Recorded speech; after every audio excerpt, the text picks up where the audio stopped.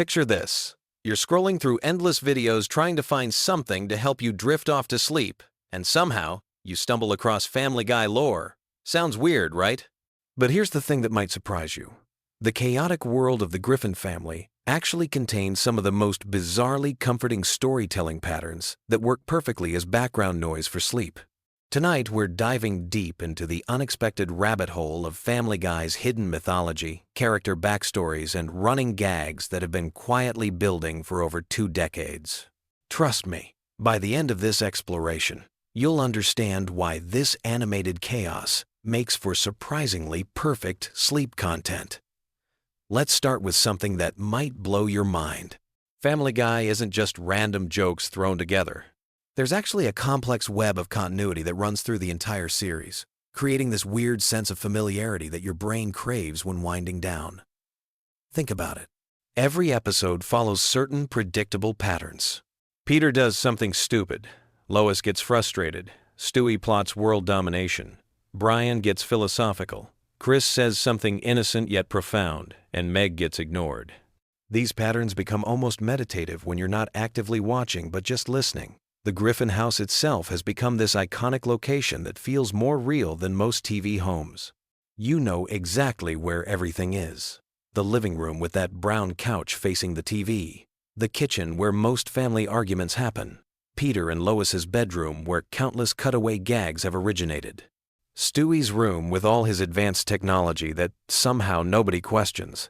This geographical consistency creates a mental map that feels safe and familiar, exactly what your brain wants when transitioning to sleep. Now, let's talk about Peter Griffin's backstory, because it's way more elaborate than you might remember. Peter wasn't always the bumbling patriarch we know today. His childhood in Rhode Island shaped him in ways that the show has been slowly revealing for years. His relationship with his father, Mickey McFinnigan, later revealed to be Francis Griffin, created deep-seated issues around authority and approval that explained so much of his adult behavior. The revelation that Francis wasn't even his biological father added layers to Peter's identity crisis that runs throughout the series. Peter's various jobs throughout the show create this strange career timeline that somehow makes sense in the Family Guy universe. From his early days at the toy factory to his time at the brewery, each workplace became a setting for elaborate storylines and character development. His relationships with his co-workers like Joe, Quagmire, and Cleveland formed the foundation of the show's secondary character network. These aren't just random neighbors. They're part of an intricate social ecosystem that's been developing since episode 1. Speaking of Joe Swanson, his backstory represents some of the show's most surprisingly deep storytelling. The details of how he became paralyzed have been explored multiple times, each revealing adding new layers to his character. His police career, his relationship with his wife Bonnie, and his struggles with his disability are handled with unexpected sensitivity for a show known for its controversial humor. Joe's friendship with Peter represents this weird masculine bond that transcends typical sitcom relationships. Glenn Quagmire might seem like a one-note character, but his history is incredibly complex. His career as a pilot isn't just a job setup for jokes.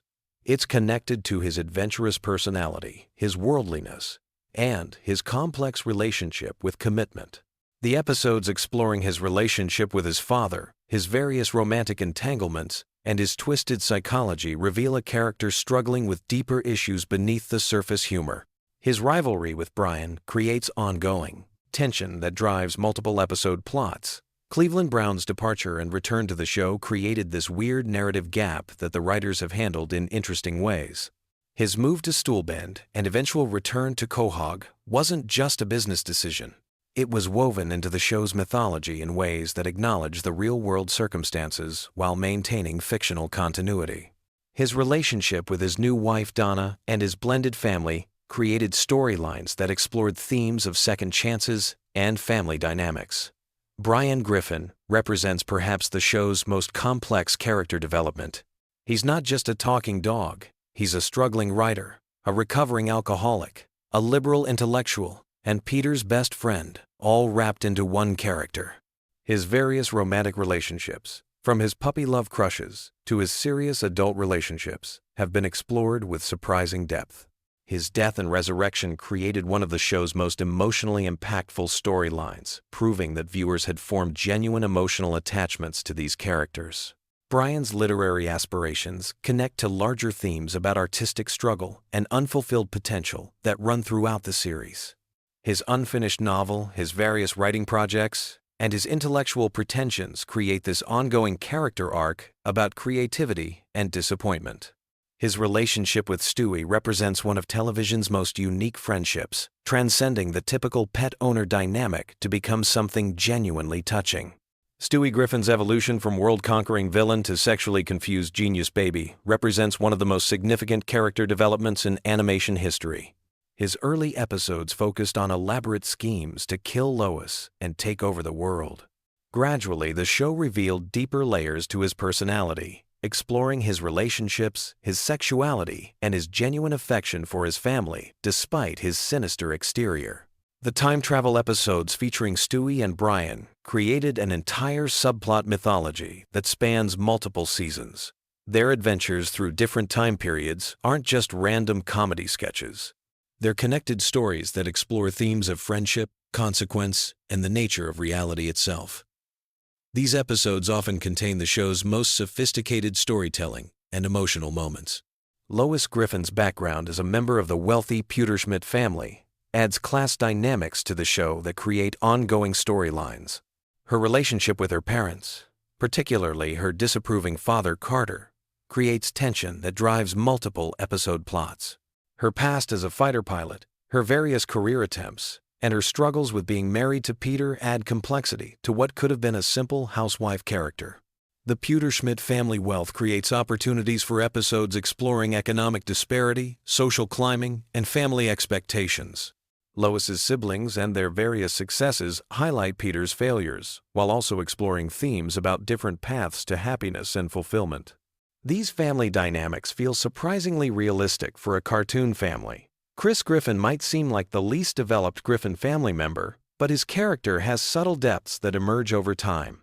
His artistic talents, his social struggles, and his innocent observations about adult world create moments of unexpected wisdom. His relationship with his father Peter explores themes about masculine expectations and parent-child communication that feel genuine despite the show's comedic framework. Meg Griffin's role as the family scapegoat has evolved into something more complex than simple abuse humor. Episodes exploring her internal life, her social struggles, and her occasional moments of strength reveal a character dealing with realistic teenage issues. Her relationship with her family, particularly her mother Lois, touches on themes about parental favoritism and sibling dynamics that many viewers can relate to. The show's supporting characters create this entire universe of interconnected relationships. Characters like Mayor West, Principal Shepard, Dr. Hartman, and the various shopkeepers and townspeople aren't just one-off joke characters. They're part of Quahog's social fabric, appearing consistently enough to create familiarity and continuity that makes the fictional town feel like a real place. The recurring villains, like Ernie the giant chicken, the greased-up deaf guy, and various one-episode antagonists, create ongoing storylines that span multiple seasons. These aren't just random encounters. They're part of Peter's personal mythology, representing different aspects of his character conflicts and growth. Family Guy's cutaway gags might seem random, but they actually follow certain patterns and themes that create consistency within the chaos. The historical references, the pop culture parodies, and the absurdist scenarios often connect to the main storyline in subtle ways, reinforcing character traits or episode themes through seemingly unrelated comedy bits. The show's approach to continuity is uniquely flexible, allowing for both strict adherence to character development and complete abandonment of logic when comedy demands it.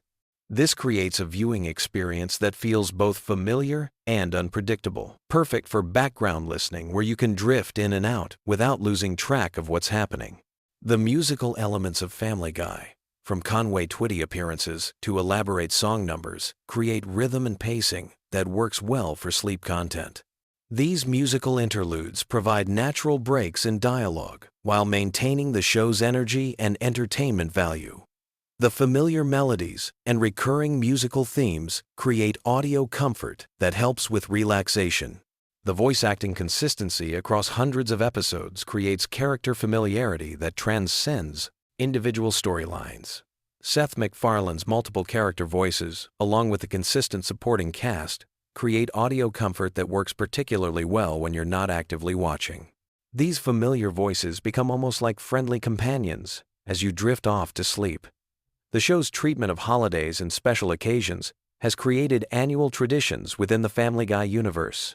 Christmas episodes, Halloween specials, and other holiday-themed stories create seasonal familiarity that connects to real-world calendar events while maintaining the show's unique comedic perspective. These special episodes often contain the series' most heartfelt moments alongside the typical humor. Family Guy's approach to social commentary, while often controversial, creates ongoing themes about American culture, politics, and social issues that give depth to what could be purely surface-level comedy. The show's willingness to tackle difficult subjects, even through its comedic lens, creates content that engages with real-world issues while maintaining entertainment value. The international episodes and travel storylines have created a broader world beyond Quahog, showing how the Griffin family dynamics work in different settings while maintaining character consistency. These episodes expand the show's mythology while reinforcing core character traits and relationships that define the series. As we wind down this exploration of Family Guy's hidden depths, it's worth noting how the show's longevity has created this massive tapestry of interconnected stories, character developments, and running gags that form a complete fictional universe. Whether you're using it as sleep content or just appreciating its complexity, Family Guy offers way more than surface-level entertainment. The familiar voices, predictable patterns, and comforting chaos create perfect background audio for relaxation. Sweet dreams. And remember, tomorrow there will always be more Family Guy lore to discover and explore in this wonderfully weird animated world that's been part of our cultural landscape for over 20 years. Have you ever wondered why a cartoon dog can talk but nobody questions it? Or why a baby genius plots world domination while his parents argue about mundane household problems? Family Guy might seem like random chaos on the surface, but buried beneath all those cutaway gags and pop culture references lies a surprisingly deep well of hidden lore that most fans have never discovered. Today we're diving into the secret backstories, deleted scenes, and creator revelations that completely change how you see the Griffin family forever. Before we start unraveling these mysteries, let me ask you something. How many times have you watched Family Guy and thought you caught every single joke? Well, prepare to have your mind blown, because what I'm about to share will make you want to rewatch every episode with completely fresh eyes. From the real reason Stewie's head is shaped the way it is, to the dark truth about why Brian walks on two legs, these aren't just fun facts. These are game-changing revelations that Seth MacFarlane and his team have been hiding in plain sight for over 2 decades. Let's start with something that'll make you question everything you thought you knew about the show's most iconic character. Stewie Griffin isn't just some random genius baby who happens to speak with a British accent. According to early production notes that surfaced years later, Seth MacFarlane originally conceived Stewie as having a specific psychological condition that explains both his advanced intelligence and his distinctive way of speaking. The creators deliberately designed his football-shaped head as a visual metaphor for the pressure building inside his developing brain, representing the conflict between his infant body and his mature mind. But here's where it gets really interesting. MacFarlane revealed in a rarely seen interview that Stewie's British accent isn't actually British at all. It's what's called a mid-Atlantic accent, the same affected speech pattern used by wealthy Americans in the early 20th century to sound more sophisticated. This detail wasn't chosen randomly. The creators wanted to show that even as a baby, Stewie is already performing a version of himself, putting on airs to match his intellectual superiority complex. Now, you might be thinking this is just creative interpretation, but wait until you hear about the episodes that never made it to air. There was an entire storyline planned for Season 3 that would have revealed Stewie's accent comes from his obsession with old Hollywood films that he watches late at night when the family is sleeping. The episode would have shown him mimicking Cary Grant and Katharine Hepburn movies, explaining both his sophisticated vocabulary and his theatrical mannerisms. This backstory was ultimately scrapped because the writers felt it made Stewie too sympathetic and would have undermined his role as the show's primary antagonist. Speaking of characters with hidden depths, let's talk about Brian Griffin. Most people assume he's just a talking dog who drinks martinis and considers himself an intellectual. But the real lore behind Brian is much darker than you might expect. In the show's original pitch Bible, Brian wasn't always an anthropomorphic character. He started as a regular dog who gained human-like intelligence through a laboratory experiment gone wrong. This origin story was briefly referenced in early episodes through subtle visual cues that most viewers missed entirely. Remember how Brian occasionally displays knowledge about topics that would be impossible for a regular dog to understand? That's not just for comedic effect. The writers planted clues throughout the series, suggesting that Brian retains fragmented memories from his time as a test subject. His alcoholism isn't just a character quirk for adult humor. It's actually his way of coping with the psychological trauma of having his consciousness artificially altered. The constant drinking helps suppress the disturbing memories of his transformation, which is why he becomes increasingly anxious and neurotic when he's sober for extended periods. This connects to another piece of hidden lore that completely reframes Brian's relationship with the Griffin family. In deleted scenes from the pilot episode, there was supposed to be a moment where Brian accidentally reveals that he remembers being adopted by the Griffins, not born into the family. The implication was that Peter rescued Brian from the laboratory, not knowing about the experiments that had been performed on him. This would explain why Peter treats Brian more like an equal than a pet, and why the rest of the family accepts his human-like behavior without question. But the Brian revelations don't stop there. McFarlane once mentioned in a commentary track that Brian's literary aspirations aren't just pretentious posturing. They're actually his subconscious attempt to document his experiences and process his trauma through fiction. All those terrible novels he writes are supposedly coded accounts of his memories from before the experiments. The reason his writing is so bad isn't because he lacks talent. It's because he's trying to express experiences that his brain can't properly access or understand. Now let's shift gears and talk about Peter Griffin, because there's lore surrounding him that's been hiding in plain sight for years.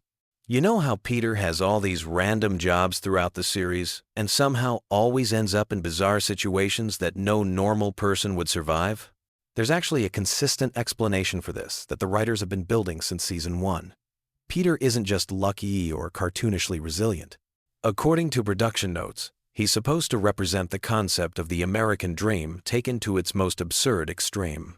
Every job change, every wild adventure, every impossible survival is meant to show how someone with absolutely no qualifications or common sense can still stumble into success in America if they have enough confidence and persistence. But here's the twist that most fans miss. Peter's apparent stupidity isn't natural.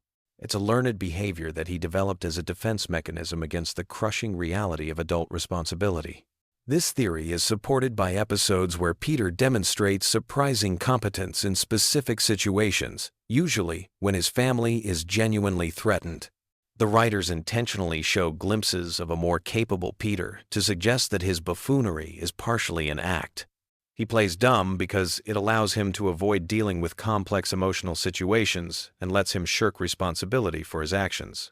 It's actually a fairly sophisticated psychological portrait, disguised as slapstick comedy.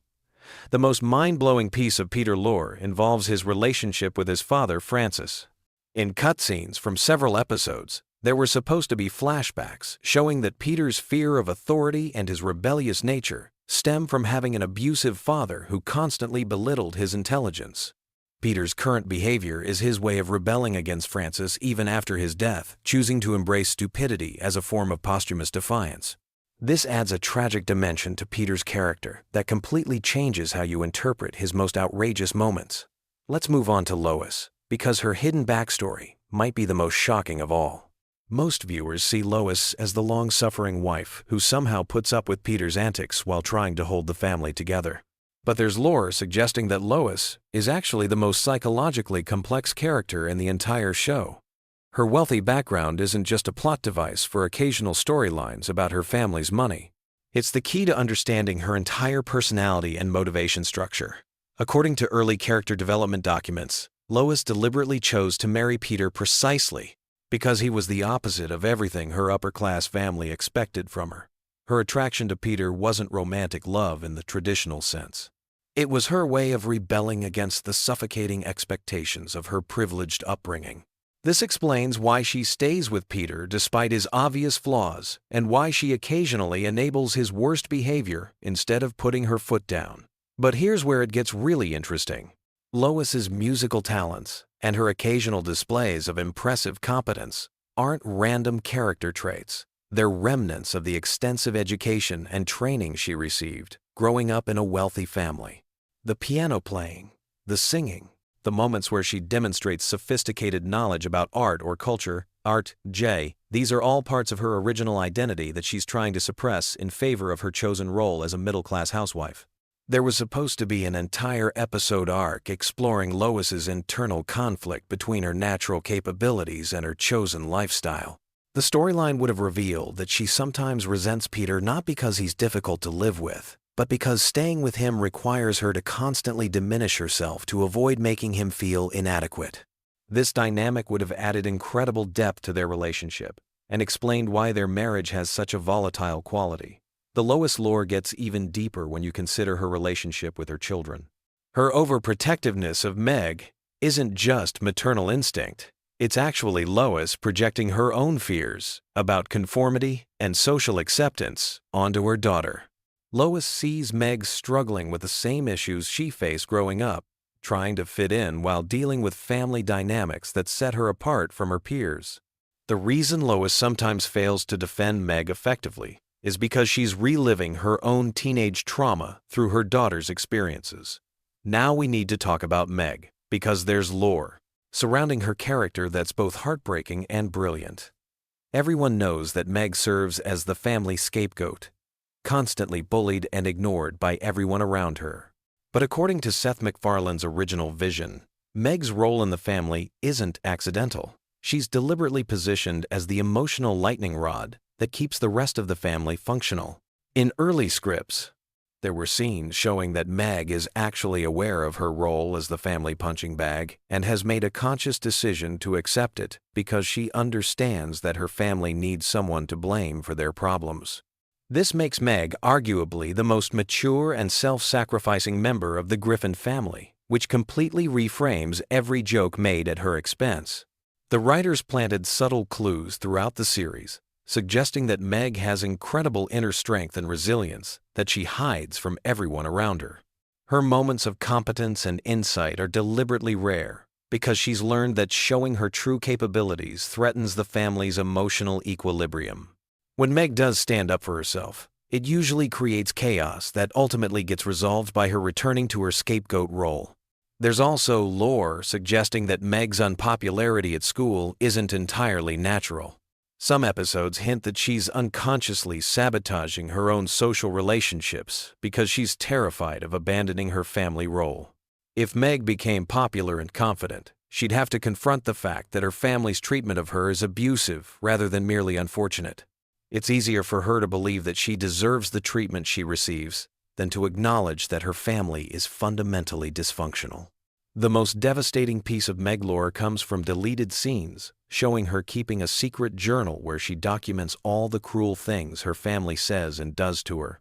But instead of expressing anger or hurt, the journal entries show Meg trying to understand and justify their behavior, constantly blaming herself for not being good enough to earn their love and respect. This transforms Meg from a simple comedy target into a genuinely tragic character whose story reflects real issues about family scapegoating and emotional abuse. Let's talk about some of the broader lore that affects the entire show's universe. Family Guy takes place in a world where cartoon logic applies, but there are consistent rules governing how that logic works. The cutaway gags aren't just random non sequiturs. They're actually windows into alternate realities or parallel dimensions that exist alongside the main Family Guy universe. This explains why the characters in cutaways sometimes have different personalities, or why historical events play out differently than in real life. Seth MacFarlane confirmed in interviews that he conceived the cutaway structure as a way to explore infinite possibilities within the show's framework. Each cutaway represents a potential timeline or alternative version of reality where different choices led to different outcomes. This means that every absurd scenario we see in a cutaway is actually happening somewhere in the broader Family Guy multiverse. This multiverse concept also explains some of the show's apparent continuity errors. When characters die and then reappear later, or when major events get reset without explanation, it's not sloppy writing. It's the show jumping between different dimensional versions of the Griffin family. The Brian death and resurrection storyline was actually a deliberate exploration of this concept, showing viewers what happens when the timeline gets significantly altered. There's also lore about Quahog itself that most viewers never notice. The town isn't just a generic setting for the Griffin family's adventures. It's specifically designed to represent a kind of American purgatory where nothing ever really changes or progresses. The residents of Quahog are stuck in perpetual cycles of the same mistakes and conflicts, which is why the characters can experience dramatic growth in one episode only, to return to their baseline personalities by the next episode. The writers have hidden references throughout the series, suggesting that Quahog exists in a temporal bubble where time moves differently than in the outside world. This explains why the characters never seem to age significantly, and why technological advancement happens inconsistently. It's not that the show ignores the passage of time. It's that Quahog itself is resistant to change, trapping its residents in an eternal present where growth and development are always temporary. As we wrap up this deep dive into Family Guy's hidden lore, it's worth noting that much of this information comes from sources that aren't widely available to casual fans. Production notes, deleted scenes, creator interviews, and behind-the-scenes materials reveal a level of thought and planning that's far more sophisticated than the show's reputation might suggest. Seth MacFarlane and his team have created a rich mythology that operates beneath the surface of what appears to be simple shock humor. The next time you watch Family Guy, pay attention to the details we've discussed today. Look for the subtle clues about character motivations, the hints about hidden backstories, and the consistent internal logic that governs even the most absurd situations. You'll discover that this apparently chaotic comedy actually follows carefully constructed rules that make every character more complex and interesting than they initially appear. What's most impressive about Family Guy's hidden lore is how it enhances rather than contradicts the show's comedic elements. Understanding Stewie's psychological complexity makes his schemes funnier, not less funny. Knowing about Brian's tragic backstory adds depth to his pretentious behavior without undermining the humor. Recognizing Meg's secret strength makes her mistreatment more poignant while still allowing the jokes to land. This is the mark of truly sophisticated comedy writing. The best humor comes from characters who feel real and situations that feel authentic, even when they're completely absurd. By building detailed backstories and consistent internal logic, the Family Guy writers created a foundation that supports both genuine emotional moments and outrageous comedic scenarios. So there you have it, the secret lore of Family Guy that changes everything about how you understand the show. From Stewie's artificial accent to Brian's laboratory origins, from Peter's defensive stupidity to Lois's suppressed identity, from Meg's conscious martyrdom to Quahog's temporal peculiarities. These hidden elements transform a seemingly simple cartoon into something much richer and more complex. Which of these revelations surprised you the most? Are there other aspects of Family Guy lore that you think deserve more attention? Let me know in the comments, and don't forget to subscribe for more deep dives into the hidden secrets of your favorite shows. Did you know that Family Guy was actually canceled twice by Fox and nearly became lost media forever? Or that Seth MacFarlane almost died in the September 11th attacks but missed his flight because of a hangover? Welcome to the bizarre, twisted, and absolutely fascinating world of Family Guy lore that most fans have never heard about. I'm talking about secrets so wild that they make the show's most outrageous episodes look tame by comparison. We're diving deep into the creation myths, the behind-the-scenes drama, the near-death experiences, and the corporate battles that shaped one of television's most controversial animated series. Trust me, by the end of this video, you'll never watch Family Guy the same way again. Let's start with something that will blow your mind. Seth MacFarlane, the creator and voice of Peter Griffin, Brian, and Stewie, was supposed to be on American Airlines Flight 1-1 on September 11th, 2001. That's right, the same flight that crashed into the North Tower of the World Trade Center. But here's the crazy part. He overslept because he was hungover from a party the night before and his travel agent had given him the wrong departure time. If he had made that flight, Family Guy would never have existed beyond its first season, and animation history would be completely different. But that's just the beginning of this incredible story. Family Guy has one of the most bizarre resurrection tales in television history. The show premiered in 1999 and was actually performing decently in the ratings, but Fox kept moving it around to different time slots. You know how networks love to do that, right? Well, they moved it so many times that viewers couldn't keep track of when it was on. Eventually, Fox canceled it in 2002 after just 3 seasons. Here's where it gets interesting, though. While the show was dead on television, something magical was happening in the afterlife. Adult Swim picked up the syndication rights and started airing reruns late at night. College students and young adults discovered the show and fell in love with it. At the same time, DVD sales were going through the roof.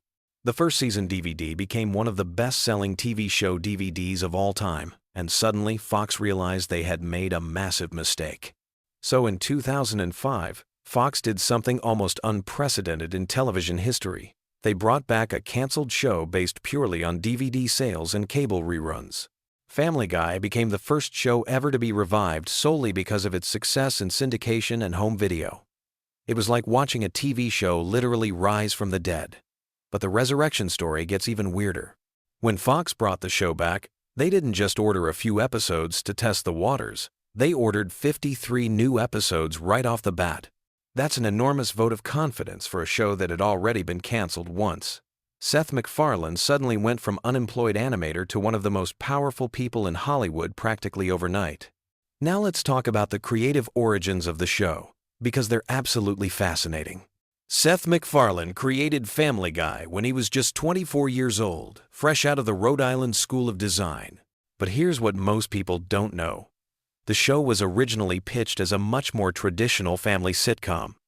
The early concepts were way more grounded and realistic than what we ended up with. The character of Peter Griffin was originally going to be much more like a typical TV dad, still bumbling and overweight, but not the complete psychopath we know and love today. Stewie wasn't even going to be particularly smart or evil in the original concept. He was just going to be a regular baby with maybe slightly advanced vocabulary. Brian was going to be a normal dog who occasionally made witty observations but wasn't going to be a full conversation partner for the family. What changed everything was Seth MacFarlane's love of old Hollywood and classic animation. He grew up watching Looney Tunes, Tom and Jerry, and classic Disney cartoons, and he wanted to bring that level of visual comedy and surreal humor to primetime television. The problem was that most networks were terrified of anything too weird or experimental. Fox, however, was in a unique position in the late 90s. The Simpsons had proven that animated shows could work in prime time, but Fox was still considered the edgy, rebellious network. They were willing to take risks that ABC, CBS, and NBC would never consider. So when Seth pitched his cartoon about a dysfunctional family in Rhode Island, Fox was intrigued enough to order a pilot. The pilot episode is actually incredibly different from the show we know today. The animation style was cruder, the jokes were more straightforward, and the characters hadn't yet developed their extreme personalities. If you watch that original pilot, you can barely recognize it as the same show. It's like looking at baby photos of a celebrity. You can kind of see the resemblance, but it's clearly a work in progress.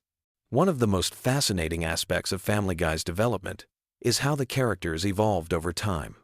Take Stewie, for example. In the early seasons, he was genuinely trying to kill Lois and take over the world. His evil schemes were the driving force behind many episodes. But as the show went on, the writers realized that Stewie was funnier when he was dealing with more relatable problems, like sexuality, relationships, and growing up. This evolution wasn't accidental. It reflected Seth MacFarlane's own growth as a writer and person. When he created Stewie, MacFarlane was a young, single guy who thought evil baby plots were hilarious. But as he got older and more experienced, he realized that character-driven comedy was more sustainable than pure shock value. The same thing happened with Brian. Originally, he was just the voice of reason in the Griffin household, the one sane character who could comment on everyone else's craziness. But over time, the writers started exploring Brian's flaws and insecurities, turning him into one of the most complex characters on television. His pretentiousness, his failed writing career, his drinking problem, all of these traits developed organically as the show matured. Speaking of character development, let's talk about some of the inspiration behind the Griffin family. Peter Griffin was actually based on a security guard that Seth MacFarlane worked with during a summer job. The guy was loud, obnoxious, and completely inappropriate, but somehow lovable at the same time. MacFarlane found himself fascinated by how someone could be so offensive yet still maintain friendships and a family. Lois was inspired by MacFarlane's own mother, but also by the classic TV mom archetype. The twist was making her come from a wealthy family, which allowed the writers to explore themes of class and privilege. It also gave them an excuse to put the Griffins in situations they normally couldn't afford, like fancy parties and expensive vacations. The supporting characters have equally interesting origins.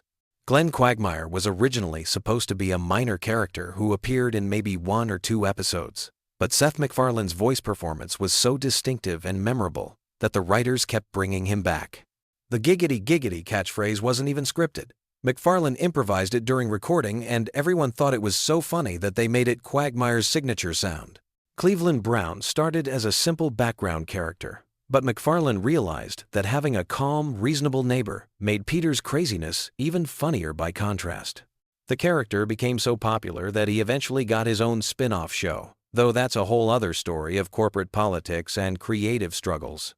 One of the most controversial aspects of Family Guy is its use of cutaway gags, those random flashbacks that have nothing to do with the main plot. Some critics hate them, calling them lazy writing and cheap laughs. But here's the thing.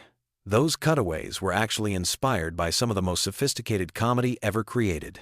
Seth MacFarlane grew up watching Monty Python's Flying Circus, and he was fascinated by how the Pythons would interrupt their sketches with completely random animations and non-sequiturs. He also loved the Marx Brothers movies, where the plot would screech to a halt for a musical number or a bizarre comedy bit that had nothing to do with anything else. The cutaway gags serve a specific purpose in Family Guy's comedy structure. They allow the writers to do jokes that would be impossible within the constraints of a normal sitcom plot. Want to make fun of a celebrity or reference an obscure movie? Just have Peter say, "This reminds me of the time I," and cut to whatever crazy scenario you can imagine. But here's something most fans don't realize. Many of those cutaways are actually incredibly expensive to produce. Each one requires new character designs, new backgrounds, new voice acting, and sometimes even new music. A single 30-second cutaway can cost more to animate than an entire scene of regular dialogue. Fox executives were initially horrified by how much money the show was spending on these seemingly throwaway jokes. The financial aspect of Family Guy is actually one of the most interesting parts of its story. When the show first premiered, animation was still considered a niche market for adults. The Simpsons was successful, but it was seen as a unique exception rather than proof that there was a broader market for animated comedy. Family Guy's success helped prove that there was actually a huge appetite for adult animated shows. This paved the way for series like American Dad, The Cleveland Show, Archer, Rick and Morty, and countless others. Without Family Guy's commercial success, the entire landscape of adult animation might look completely different today. The merchandising aspect is equally fascinating. Family Guy products generate hundreds of millions of dollars in revenue every year. T-shirts, toys, video games, Christmas ornaments, you name it, and there's probably a Family Guy version of it. The Stewie character alone has spawned an entire industry of baby-themed merchandise with surprisingly dark humor. But perhaps the most interesting aspect of Family Guy's cultural impact is how it changed the way we think about offensive comedy. The show pushes boundaries that would have been unthinkable on television even 10 years before it premiered. Yet somehow, it manages to get away with jokes that would destroy other shows. The secret is in the show's self-awareness. Family Guy knows that it's offensive, and it's constantly making jokes about its own offensiveness. When Peter does something terrible, the other characters usually call him out on it. When the show makes a controversial reference, it often follows it up with a joke about how inappropriate the reference was. This meta-humor creates a kind of protective bubble around the show's more controversial content. Viewers understand that they're not supposed to take Peter Griffin seriously as a role model. He's clearly meant to be a cautionary tale about what happens when someone has no filter and no self-awareness. The voice acting on Family Guy deserves its own deep dive because it's honestly incredible. Seth MacFarlane voices 4 of the main characters: Peter, Brian, Stewie, and Glenn Quagmire, plus dozens of supporting characters and celebrity impersonations. His range is absolutely mind-blowing when you really think about it. But here's what's even more impressive. MacFarlane often records conversations between his own characters. That means he's essentially having entire dramatic scenes with himself, switching between voices and maintaining the emotional continuity of multiple characters simultaneously. It's like watching a one-man theater performance every time you see Peter and Brian have a heart-to-heart conversation. The other voice actors are equally talented. Alex Borstein, who voices Lois, also does dozens of supporting characters, including the Griffin's maid Consuela. Mila Kunis took over the voice of Meg after the first season, and her performance evolved from simple teenager dialogue to some of the show's most emotionally complex moments. Seth Green voices Chris Griffin, and his portrayal perfectly captures that awkward teenage energy. Green actually ad-libs a lot of Chris's dialogue, particularly the character's weird sound effects and random observations. Many of Chris's funniest moments come from Green just improvising during recording sessions. The show's relationship with Fox has always been complicated and fascinating. On one hand, Family Guy makes enormous amounts of money for the network. On the other hand, it constantly creates controversy and pushes the boundaries of what's acceptable on broadcast television. There have been numerous instances where Fox executives have asked the writers to tone down certain jokes or storylines. Sometimes the writers comply, but often they find creative ways to work around the censorship. This has led to some incredibly clever wordplay and visual innuendo that's actually funnier than whatever the original joke was going to be. The international success of Family Guy is another interesting chapter in its story. The show airs in dozens of countries around the world, and each market has its own unique censorship challenges. Some countries cut entire scenes, while others dub over offensive dialogue with completely different jokes. In some markets, Stewie's sexuality is completely removed from his character arc. In others, references to religion or politics are heavily edited. This has created dozens of different versions of the show, each tailored to local sensitivities and cultural norms. Looking at Family Guy's legacy today, it's clear that the show fundamentally changed television comedy. It proved that audiences were hungry for more experimental, boundary-pushing content. It showed that animation could be a vehicle for sophisticated adult humor, not just children's entertainment. The show also pioneered many techniques that are now standard in comedy writing. The use of pop culture references as comedic shorthand, the mixing of high and low culture, the willingness to completely abandon plot for the sake of a good joke. These are all techniques that you can see in countless comedies today. But perhaps most importantly, Family Guy proved that television shows could have multiple lives. The fact that it survived cancellation and came back stronger than ever showed other creators that there were new paths to success beyond traditional network approval. As we wrap up this deep dive into Family Guy lore, it's worth noting that the show is still evolving and changing. Seth MacFarlane has stepped back from day-to-day involvement to focus on other projects, but the show continues under new leadership. Each season brings new controversies, new characters, and new ways to push the boundaries of what's possible on television. Whether you love it or hate it, Family Guy has left an indelible mark on popular culture. It's a show that dared to be different, survived multiple attempts to kill it, and emerged as one of the most successful and influential comedies of the modern era. And honestly, that's pretty giggity if you ask me. Did you know that Family Guy was actually dead and buried for 3 entire years? And when it came back from the grave, it changed television forever in ways you probably never realized? Stick around because what I'm about to tell you about the hidden depths of Family Guy will completely change how you see this seemingly simple cartoon. Most people think Family Guy is just random jokes and cutaway gags. But there's a secret layer of storytelling, hidden references, and behind-the-scenes drama that would make your head spin.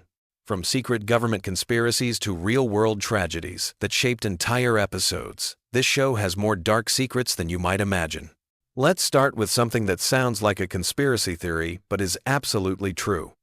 Family Guy predicted major world events with scary accuracy. And I'm not talking about lucky guesses. We're talking about specific details that aired months or even years before they actually happened in real life. Remember the episode where Peter accidentally damages a bridge? That episode aired in 2005, showing a bridge collapse in remarkable detail. Less than 2 years later, the Minneapolis bridge collapse happened in almost identical circumstances. Coincidence? Maybe. But wait, there's more. The show also depicted airport security scenarios that became reality after major policy changes. Episodes showing specific security procedures aired before those exact procedures were implemented in real airports. Either Seth MacFarlane is a time traveler, or the writers were paying very close attention to patterns most people missed. But here's where it gets really weird. The show once depicted a very specific type of terrorist attack involving planes, and this aired before certain real-world events that I can't get too detailed about without this video getting demonetized. The point is, Family Guy wasn't just making random jokes about current events. They were somehow tapping into the collective unconscious of what was coming next.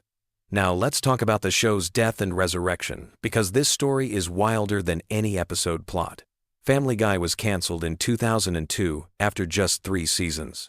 Fox executives thought it was done forever, but here's what they didn't expect. The DVD sales went absolutely insane.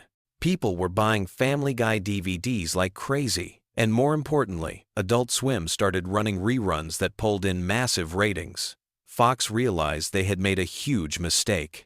The show wasn't just popular. It was building a cult following that was growing stronger every day it was off the air. When Family Guy came back in 2005, something had fundamentally changed. The writers knew they had been given a second chance, and they went absolutely wild with it. The humor got darker, the references got more obscure, and they started breaking the fourth wall in ways that no animated show had ever done before. But here's the part that most fans don't know. The cancellation and resurrection created a split personality within the show itself. There's pre-cancellation Family Guy and post-cancellation Family Guy, and they're almost like 2 different shows entirely. Pre-cancellation Family Guy was more grounded. Sure, it was weird, but the characters felt like real people with real problems.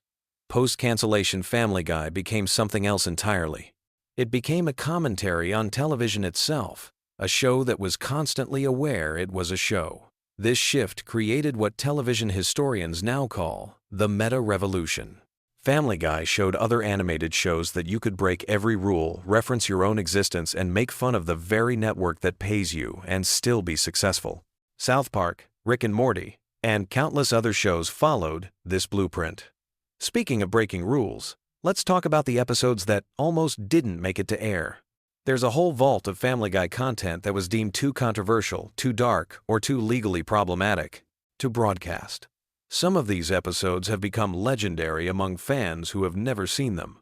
One infamous episode dealt with a real-world tragedy in such a specific way that it would have caused massive backlash.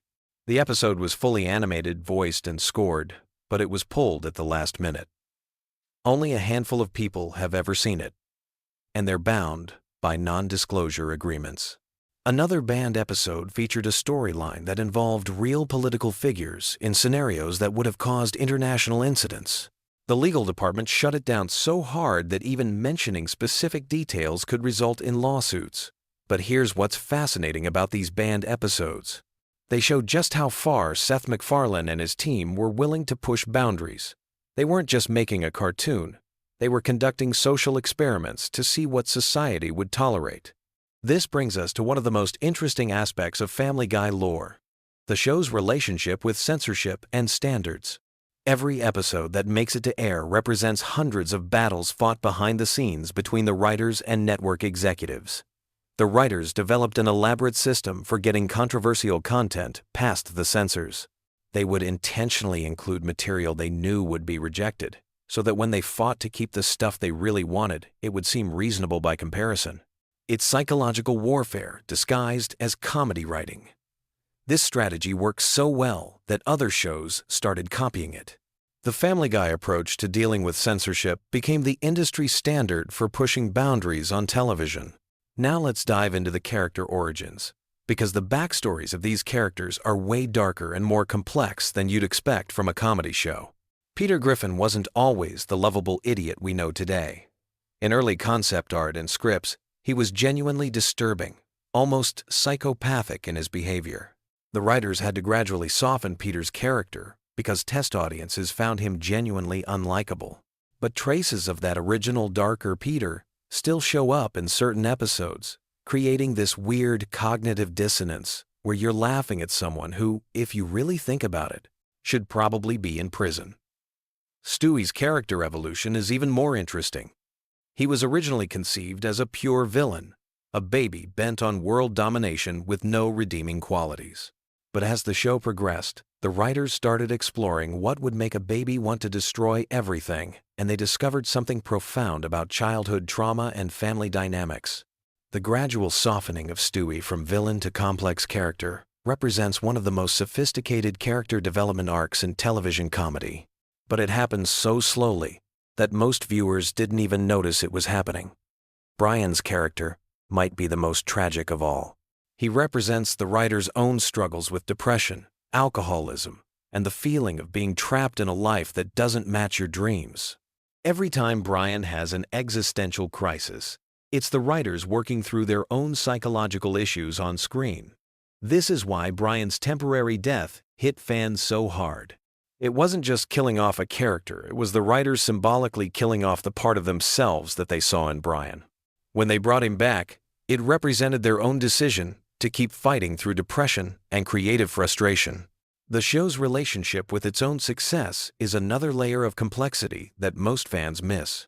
Family Guy became so popular that it started influencing real-world culture, but this success created a feedback loop that began changing the show itself. References to Family Guy started showing up in other TV shows, movies, and even news broadcasts. Politicians started making Family Guy references in speeches. The show went from commenting on culture to actually shaping culture, and this shift is reflected in the later seasons. The writers became increasingly aware that they were creating cultural touchstones, and this awareness changed how they approached comedy. Jokes that might have been throwaway gags in early seasons became carefully crafted cultural commentary in later seasons. This evolution created what media scholars call the recursive effect, where a piece of media becomes so influential that it starts commenting on its own influence. Family Guy didn't just break the fourth wall, it demolished the entire theater. Let's talk about the real-world consequences of Family Guy's cultural impact. The show has been credited with changing how people communicate, particularly in how they use pop culture references in everyday conversation. Before Family Guy, pop culture references in conversation were usually recent and obvious. After Family Guy, people started making increasingly obscure references, creating entire conversations that were essentially elaborate chains of cultural callbacks. This changed how humor works in social situations. The show also influenced how other media uses cutaway gags and non sequiturs. Everything from commercials to political campaigns started using Family Guy-style random humor to grab attention and create memorable moments. But perhaps the most significant impact was on censorship standards across all media. Family Guy pushed boundaries so consistently and successfully that it expanded what was considered acceptable on television. Shows that came after could go places that wouldn't have been possible before Family Guy paved the way. The voice acting in Family Guy deserves its own deep dive because there are layers of performance art happening that most people completely miss. Seth MacFarlane doesn't just voice multiple characters. He creates distinct psychological profiles for each voice that reflect different aspects of his own personality. Peter represents 10. MacFarlane's id, his impulse-driven, consequence-ignoring side. Brian represents his superego, his intellectual, morally concerned side. Stewie represents his ego, his ambitious, attention-seeking side. The show is essentially one person having a conversation with different aspects of himself. This psychological complexity extends to the guest voices as well. When celebrities appear on Family Guy, they're not just doing celebrity cameos. They're being integrated into this complex psychological ecosystem that MacFarlane has created. The show's approach to celebrity culture is particularly sophisticated. Rather than just making fun of celebrities, Family Guy examines the psychological impact of fame on both celebrities and the people who consume celebrity culture. This brings us to one of the most overlooked aspects of Family Guy: its commentary on media consumption itself. The show constantly references other TV shows, movies, and cultural phenomena, but it's not just making references for the sake of references. Each reference serves as a commentary on how media shapes our understanding of reality. When Peter acts out scenes from movies, he's demonstrating how deeply fictional narratives penetrate real human behavior. When the show parodies other TV shows, it's examining how different formats and styles influence how we process information. The cutaway gags aren't random interruptions. They're demonstrations of how the human mind actually works. We don't think in linear narratives. We think in associations, tangents, and random connections. Family Guy mirrors the actual structure of human consciousness. This psychological accuracy is why the show resonates so deeply with audiences. It's not just funny, it's cognitively familiar. The chaos of Family Guy matches the chaos of our own internal mental experience. The show's treatment of social issues is another area where there's more depth than meets the eye. While Family Guy often appears to make jokes at the expense of sensitive topics, careful analysis reveals a more complex approach to social commentary. The show uses humor to make serious points more palatable, but it also uses humor to expose the absurdity of certain social attitudes. When characters make prejudiced statements, they're usually portrayed as idiotic or ignorant, effectively undermining the attitudes they're expressing. This technique allows the show to address controversial topics without preaching, but it also creates ambiguity about what the show actually believes.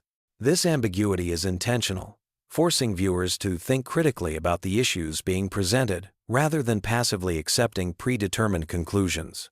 As we wrap up this exploration of Family Guy's hidden depths, it's worth considering what this all means for the future of comedy in television. Family Guy didn't just entertain audiences. It fundamentally changed what television could be and do.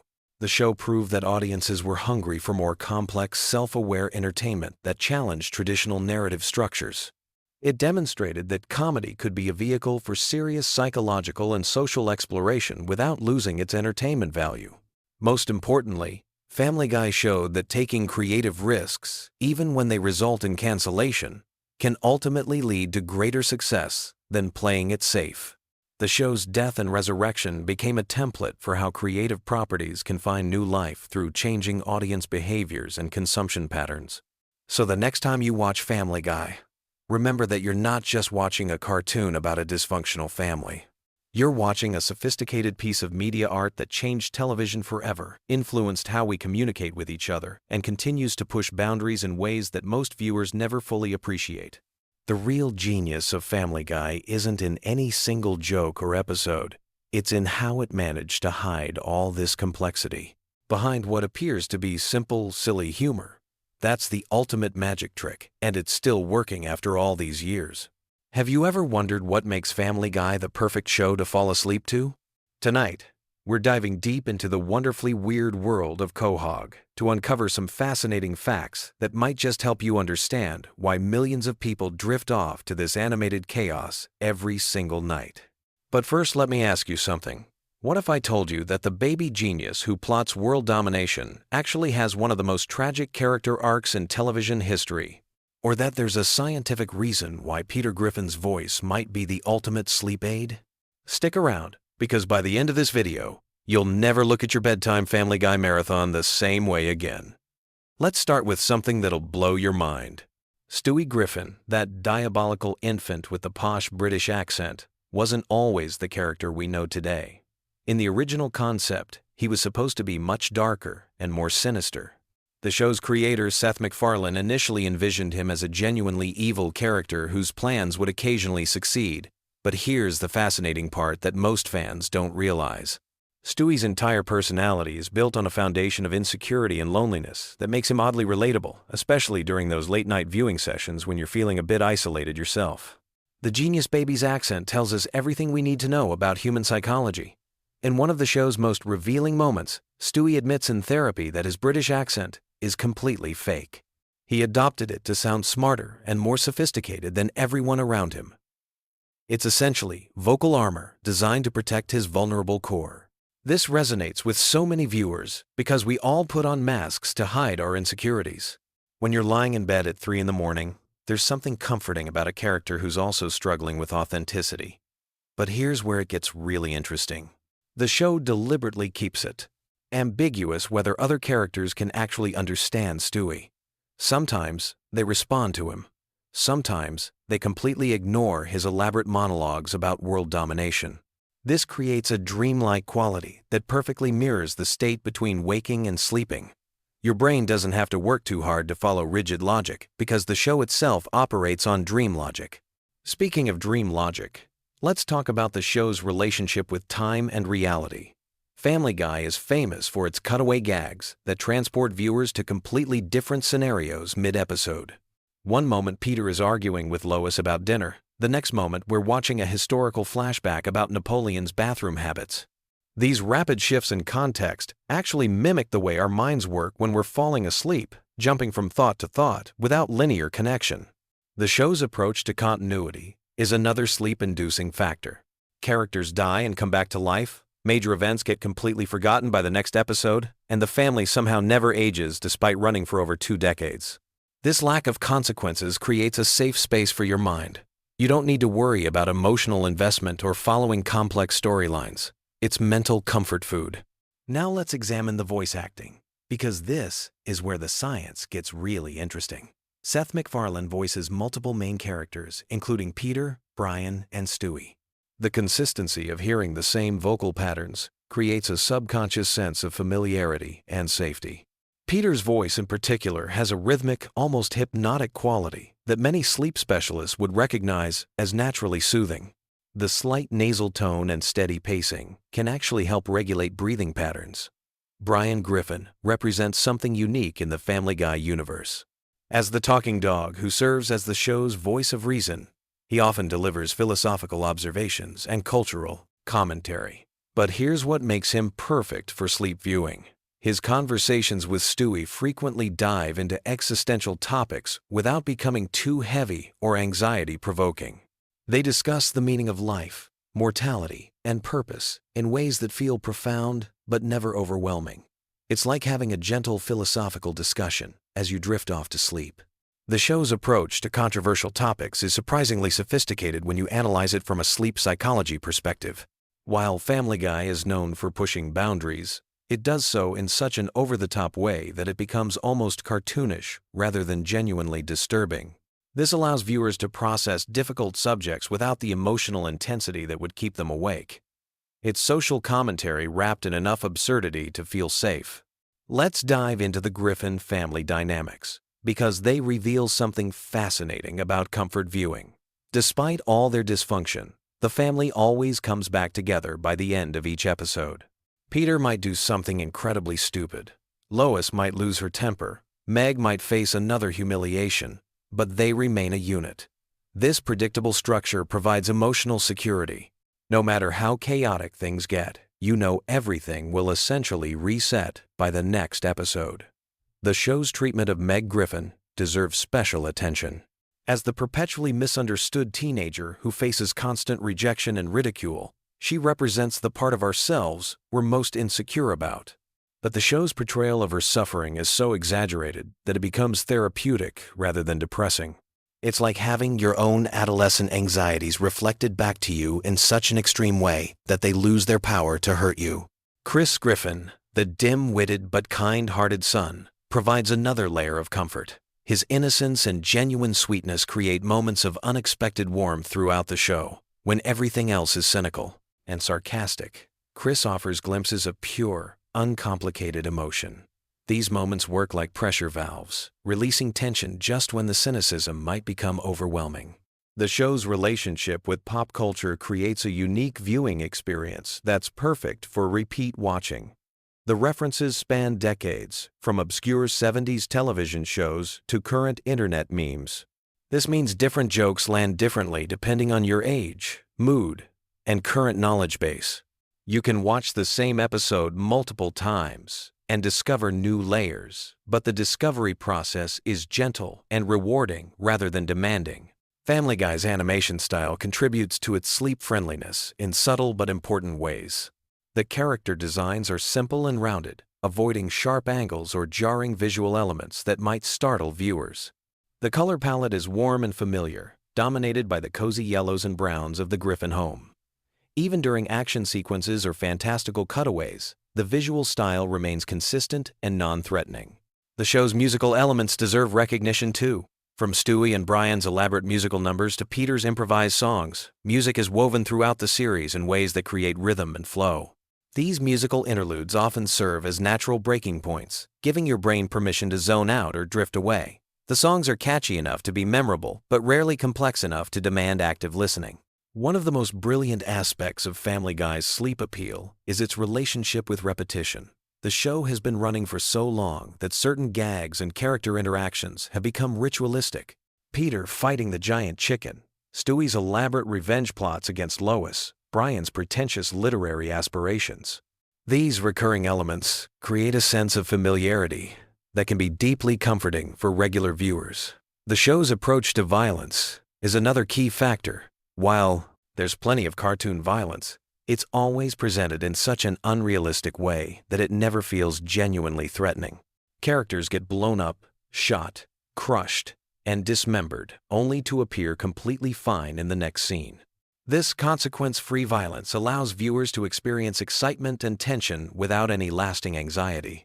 Let's talk about the show's treatment of mortality, because this might be the most important element for sleep viewing. Death appears frequently in Family Guy, but it's always treated as either temporary or comedic rather than genuinely tragic. Characters die and return, discuss death casually, and face mortal peril without real consequences. For viewers dealing with their own mortality anxieties, especially late at night, this approach can be surprisingly therapeutic. The writing style of Family Guy creates a unique rhythm that mirrors natural sleep patterns. Episodes often start with high-energy scenarios that gradually wind down through various subplots and cutaways. By the time you reach the resolution, the pacing has naturally slowed, making it easier to transition into actual sleep. It's like the show is designed to help you power down. Family Guy's relationship with nostalgia is complex and comforting. The show constantly references and parodies elements from decades past, creating a sense of collective cultural memory. Whether it's a reference to an 80s movie, a 70s television show, or a 90s commercial, these callbacks create connections to simpler times. For many viewers, this nostalgic element provides emotional comfort that eases the transition to sleep. The show's approach to relationships and romance offers another layer of sleep-friendly content. Despite all the dysfunction and crude humor, there are genuine moments of love and connection between characters. Peter and Lois, despite their constant conflicts, clearly love each other. Stewie and Brian, despite their differences, have formed an everyday, unlikely but deep friendship. These relationship dynamics provide emotional warmth without demanding too much investment. Here's something most people don't realize about Family Guy's structure. The show operates on multiple levels of engagement. You can watch it as pure background noise, letting the familiar voices and music wash over you. You can engage with the surface-level humor and sight gags. Or you can dive deep into the cultural references and character development. This flexibility makes it perfect for different stages of falling asleep. The show's treatment of everyday situations is particularly sleep-friendly. Many episodes revolve around mundane domestic issues like household chores, neighbor disputes, or family dinners that somehow spiral into elaborate adventures. But no matter how wild things get, they always return to the familiar setting of the Griffin home. This creates a sense of adventure within safety, excitement within security. Family Guy's approach to current events and social issues provides another comfort layer. The show comments on politics, social trends, and cultural phenomena, but always through the lens of cartoon absurdity. This allows viewers to engage with real-world concerns without the anxiety that usually accompanies such topics. It's like having a pressure release valve for contemporary stress.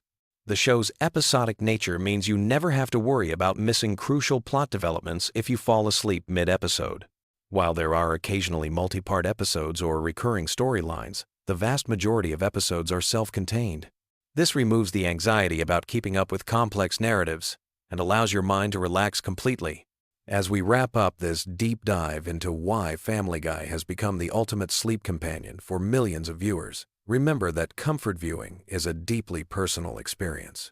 What works for one person might not work for another, but there's something undeniably special about a show that can make you laugh, think, and ultimately feel at peace, all within the span of 22 minutes. The genius of Family Guy as a sleep aid lies in its perfect balance of engagement and relaxation.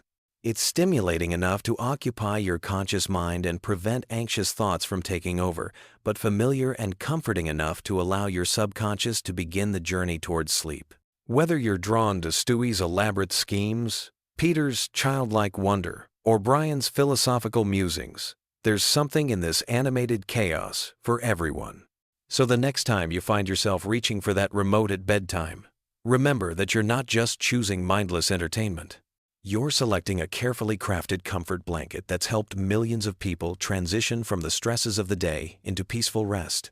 Sweet dreams, and remember, in Quahog, everything always works out in the end. Picture this. It's 2 a.m. You're tossing and turning, unable to fall asleep. Your mind is racing with thoughts about tomorrow's responsibilities, that awkward conversation from 3 weeks ago, and whether you left the stove on. What you need isn't another meditation app or white noise machine. You need something perfectly mundane, yet oddly fascinating. You need random Family Guy facts that will occupy just enough of your brain to let sleep creep in without being so exciting that they keep you awake.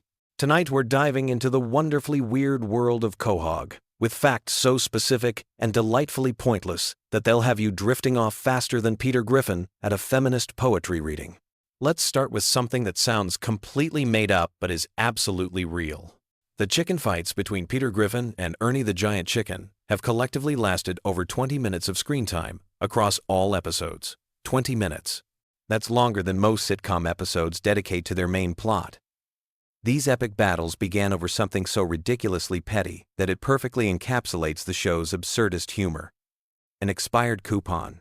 Not a life-changing amount of money, not a family heirloom, but a piece of paper that saves you maybe 50 cents on chicken feed. Yet this trivial dispute has spawned some of the most elaborate and destructive fight sequences in television history. The creators didn't plan for these fights to become a recurring element. The first chicken fight was supposed to be a one-off gag, but audience response was so positive that it became a signature element of the show. Each subsequent battle had to top the previous one in terms of scope and destruction. They've fought in the streets, crashed through buildings, battled in the sky, and even taken their conflict underwater.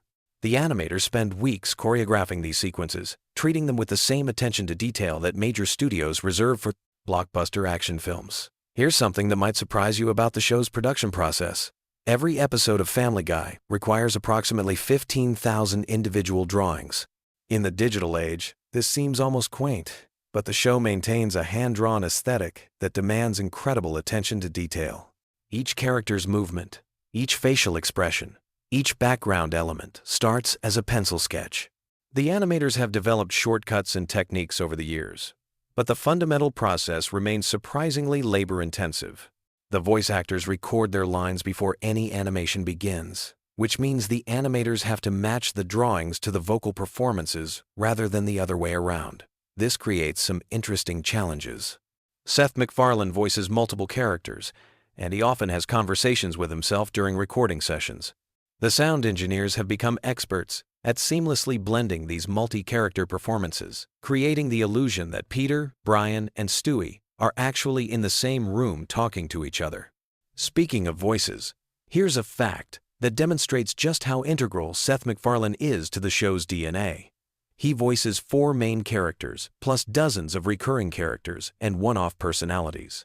When he temporarily stepped back from the show to focus on other projects, the producers seriously considered ending Family Guy rather than recasting his roles.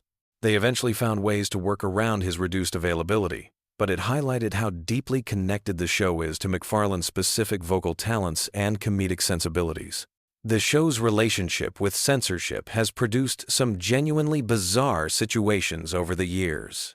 There are jokes that were cut from the television broadcast but restored for DVD releases, creating alternate versions of episodes that exist in different formats. Some episodes have different running times, depending on where and how you watch them. The censors have made requests that seem arbitrary to outside observers. Violence is often acceptable, but certain types of language or visual gags get flagged for removal. This has led to some creative workarounds by the writing team. They've developed a sort of code for getting controversial material past the censors. Sometimes they'll include an extremely offensive joke that they know will be rejected, making their actually intended joke seem mild by comparison. It's a psychological negotiation tactic that has become part of their standard writing process. Here's something that sounds like trivia, but actually reveals something profound about how the show is made. The writer's room keeps a collection of rejected joke ideas that they call the too weird pile. These aren't jokes that are too offensive or inappropriate, but rather concepts that are so strange or specific that they don't fit into any episode. Occasionally, they'll build an entire storyline around one of these orphaned ideas, which explains why some episodes feel like fever dreams that shouldn't work but somehow do. The show's approach to celebrity cameos is more strategic than it might appear. When famous people appear as themselves, they're usually playing exaggerated versions of their public personas rather than trying to seem likable or relatable. The writers deliberately lean into whatever characteristic or controversy that celebrity is known for, creating appearances that feel more like roasts than typical guest spots. This approach has occasionally caused problems when celebrities change their minds about how they want to be portrayed, leading to last-minute script changes or even canceled episodes. Family Guy's relationship with its own continuity is fascinatingly inconsistent. The writers will sometimes reference events from episodes that aired years earlier, demonstrating that they do pay attention to their own history. But they'll just as often completely ignore or contradict previously established facts about the characters or their world. This isn't laziness or poor planning, but rather a deliberate choice to prioritize individual episode quality over series-long consistency. The animation team has developed a visual shorthand for different types of scenes that regular viewers might not consciously notice but definitely feel. Flashback sequences use slightly different color palettes and animation techniques. Dream sequences have their own visual language. Even the way characters move changes depending on whether a scene is meant to be realistic or cartoonish within the show's already cartoonish world. Here's a production detail that reveals how much thought goes into seemingly throwaway moments. Background characters and crowd scenes aren't just randomly generated. The animators create specific individuals with their own implied backstories, even though these characters might only appear for a few seconds. They've developed a whole population of Quahog residents who appear in multiple episodes, creating an illusion of a lived-in community, even though most viewers would never consciously recognize these recurring background players. The show's musical numbers require a completely different production pipeline from regular episodes. They start with Seth MacFarlane or other musically inclined staff members creating rough recordings of the songs. Then professional arrangers develop full orchestrations. The voice actors record their vocals to these arrangements. Only after all the music is complete do the animators begin creating visuals to match. This process can take months for a single musical sequence, which explains why these segments often feel more polished and elaborate than the surrounding episode. Family Guy's approach to holiday episodes reveals something interesting about how the writers view their own show. They treat holiday specials as opportunities to experiment with different formats or storytelling techniques.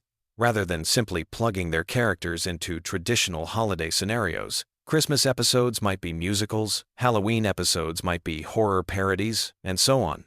This keeps the show from falling into the predictable patterns that plague many long-running series. The show's merchandise presents some unique challenges because of how the characters are designed. Peter Griffin's proportions don't translate well to three-dimensional objects, leading to action figures and toys that look subtly wrong. The merchandising team has had to develop modified character designs specifically for products, creating versions of the characters that maintain their essential appearance while being more practically manufacturable. Here's something that demonstrates the show's attention to detail in unexpected areas. The writers have created complete backstories for characters who have never appeared on screen. They know the names and personalities of Brian's parents, even though this information has never been relevant to any episode. They've developed detailed histories for minor recurring characters that extend far beyond anything that's ever been shown. This background work helps maintain consistency in how these characters behave, even when they're only making brief appearances. The show's relationship with its own spin-offs created some interesting continuity challenges. When the Cleveland show was in production, storylines had to be coordinated between writing teams to ensure that Cleveland's appearances on Family Guy didn't contradict what was happening on his own show. This led to some awkward scheduling situations where episodes had to be rewritten or delayed to maintain consistency across both series. Family Guy's approach to celebrity deaths has evolved over the years in response to changing cultural sensitivities. Early episodes would sometimes include jokes about recently deceased public figures, but the writers now generally avoid this territory. Unless enough time has passed for such references to feel like historical commentary rather than current events humor. This self-imposed guideline has prevented some potentially awkward situations where episodes would have aired shortly after unexpected celebrity deaths. The show's animators have developed specialized techniques for different types of scenes that regular viewers probably don't notice but contribute to the overall viewing experience.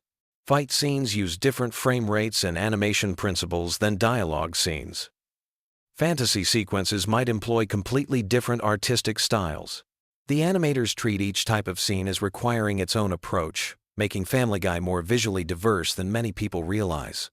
Here's a fact that illustrates how deeply the show has embedded itself in popular culture. The writers receive hundreds of suggestions from fans every week, ranging from episode ideas to character suggestions to complaints about plot inconsistencies. While they can't use fan-submitted ideas for legal reasons, these communications help them understand how their audience perceives the show and what elements are most popular or problematic. The show's approach to social media and internet culture has changed dramatically over its run. Early episodes barely acknowledge the existence of the internet, while recent seasons treat social media and online culture as fundamental aspects of modern life. The writers have had to learn new forms of humor and reference that didn't exist when the show began, essentially evolving their comedy style to match changing technology and communication patterns. Family Guy's international versions present fascinating translation challenges. Jokes that rely on American cultural references or wordplay often can't be directly translated, leading to completely different jokes in dubbed versions. Some countries have created culturally specific versions of certain episodes, replacing American references with local equivalents. This has resulted in versions of Family Guy that are almost entirely different shows while maintaining the same basic characters and plot lines. The show's writers maintain detailed style guides that specify how each character speaks, what types of references they would make, and how they would react in different situations. These guides help maintain consistency across different writers and ensure that characters don't drift too far from their established personalities. Brian's dialogue, for example, follows specific patterns that reflect his pretentious intellectual aspirations, while Chris's speech patterns reflect his slower mental processing speed. Here's something that reveals the show's commitment to its own absurdist logic. The writers have created internal rules for how the show's universe works that they follow even when these rules are never explicitly stated.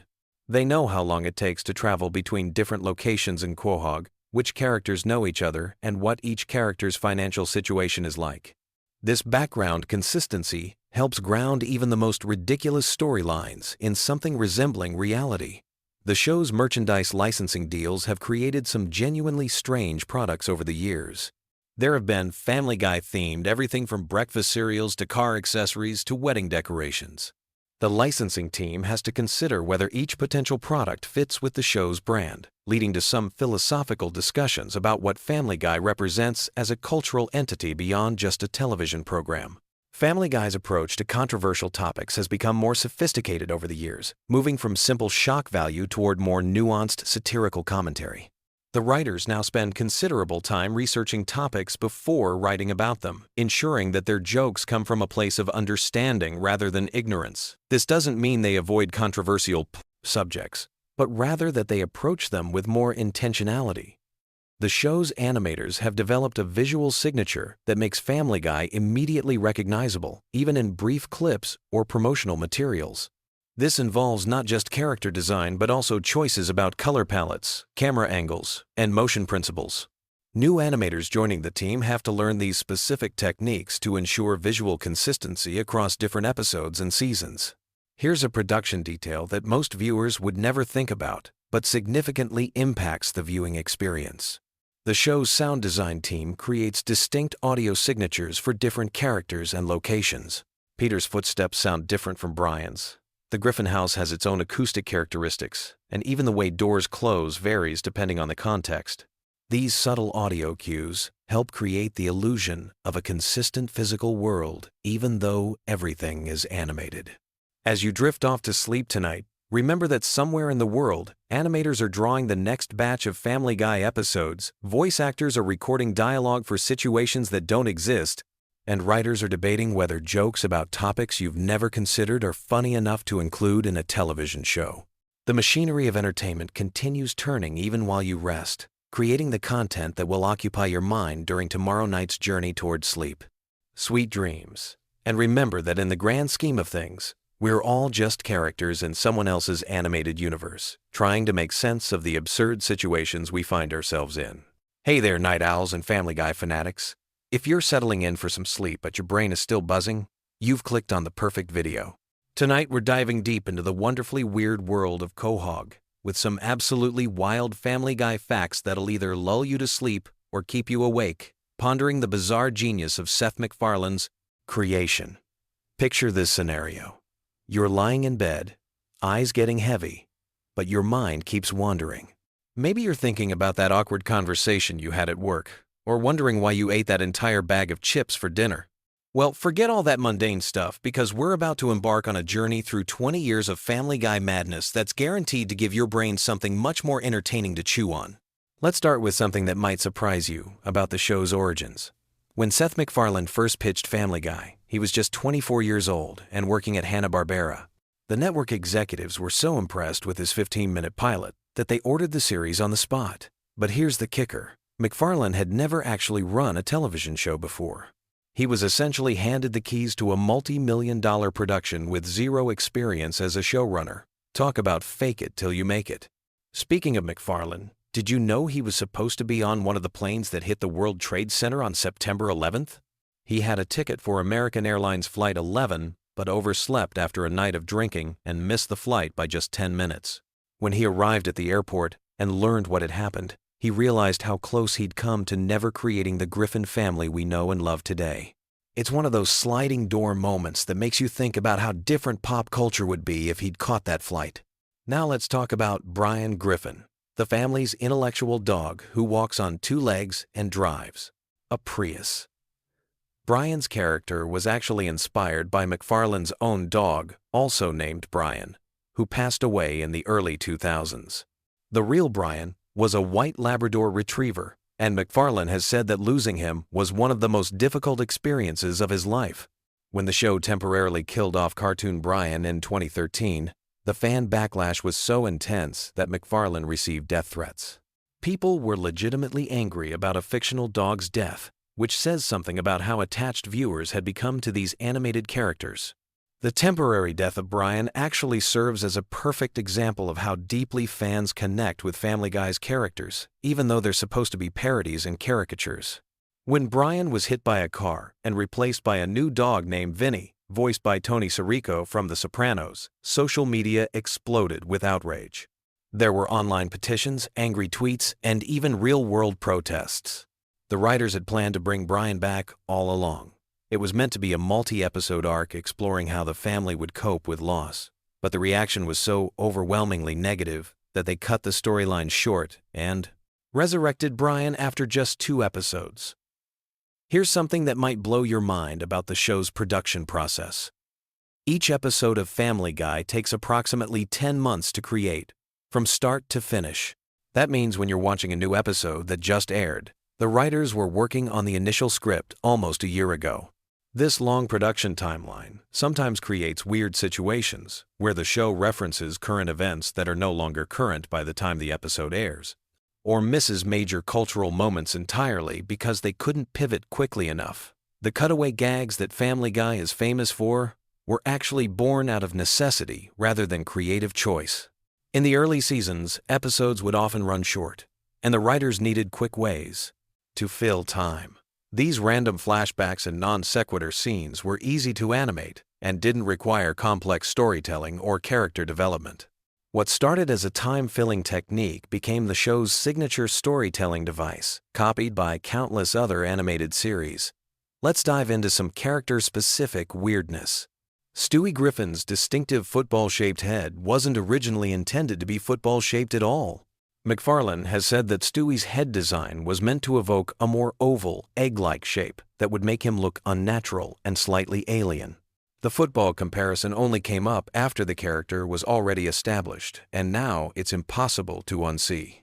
Stewie's sexuality has been a topic of debate among fans for years, but McFarlane has given conflicting answers about whether the baby is gay, straight, or something else entirely. In some interviews, he suggested that Stewie is gay, while in others, he said the character is too young for sexual orientation to be relevant. The ambiguity seems to be intentional, allowing viewers to interpret the character however they want while keeping the writers free to take Stewie in any direction the story demands. Peter Griffin's voice is actually just Seth MacFarlane doing an impression of a security guard he knew growing up in Connecticut. The guard worked at the animation studio where MacFarlane interned during college, and he would do this exaggerated New England accent that MacFarlane found hilarious. Years later, when he needed a voice for Peter, he remembered that security guard and based the entire character's speech pattern on him.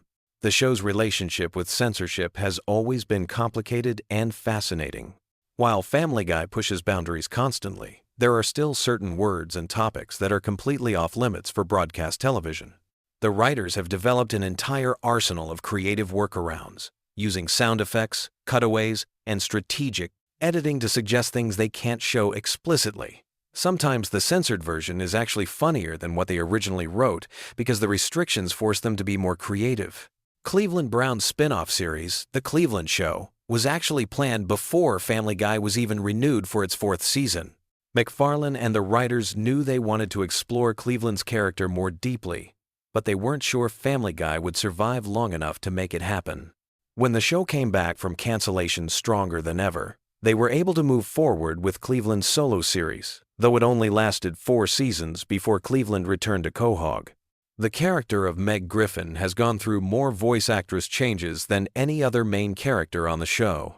Lacey Chabert voiced Meg for the 1st season and part of the 2nd, but left due to scheduling conflicts with her film career. Mila Kunis took over the role and has been playing Meg ever since, but many fans still don't realize there was ever a different voice actress. Interestingly, Kunis was only 15 when she started voicing Meg, making her younger than the character she was playing. Family Guy's cancellation and resurrection story is one of the most unusual in television history. The show was canceled after just 3 seasons due to low ratings, but DVD sales and syndication reruns on Adult Swim introduced it to a whole new audience. The ratings for the reruns were actually higher than the ratings for new episodes had been when the show first aired.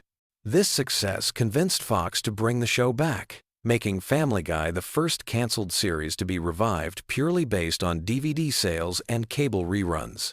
The show's animation style has evolved significantly over the years, though casual viewers might not notice the changes. Early episodes were animated using traditional cell animation techniques, while current episodes are created entirely using digital animation software. The digital process allows for more complex visual effects and faster production times, but some longtime fans argue that the hand-drawn episodes had a warmer, more organic feel. Here's something that might surprise you about the show's writing process.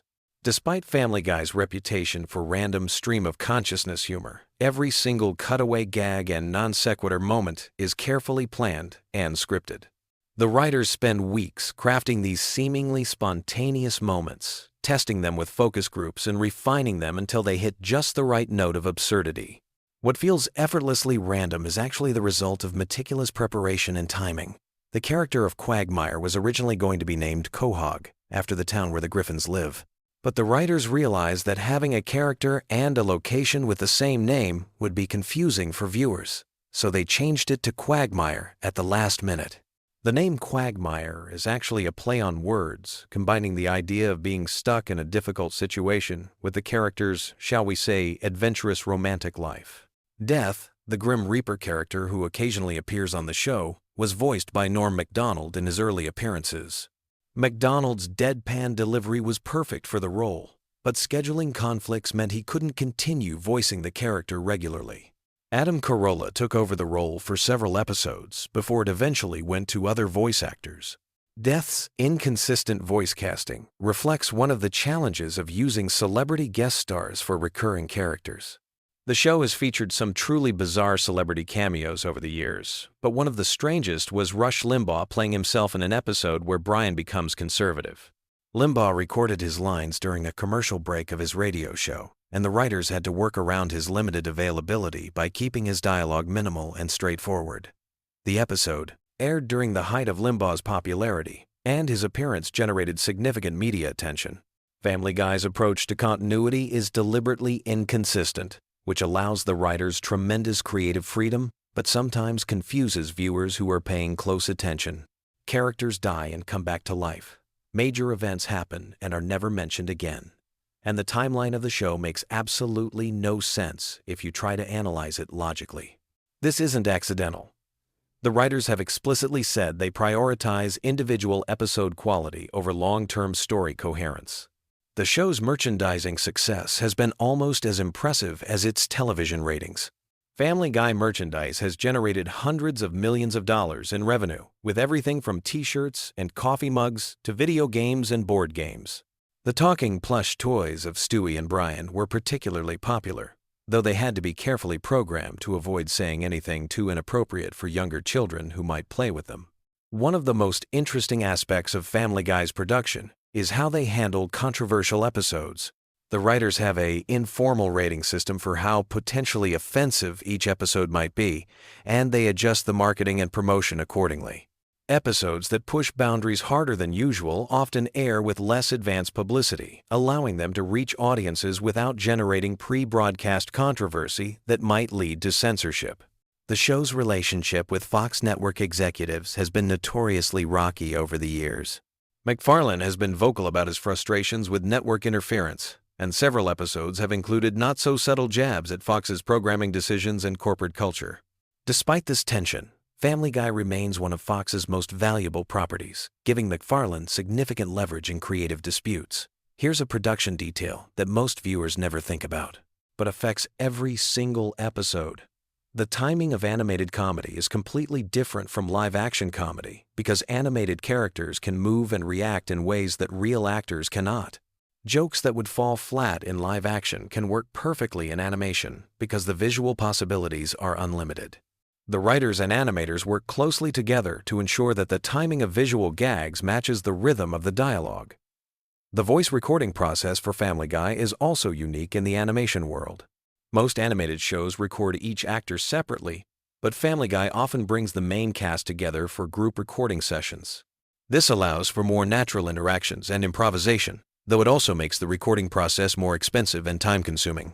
Seth MacFarlane voices multiple characters, so he sometimes has to have conversations with himself, switching between Peter, Brian, and Stewie within the same scene. As you're drifting off to sleep tonight, think about this final fact.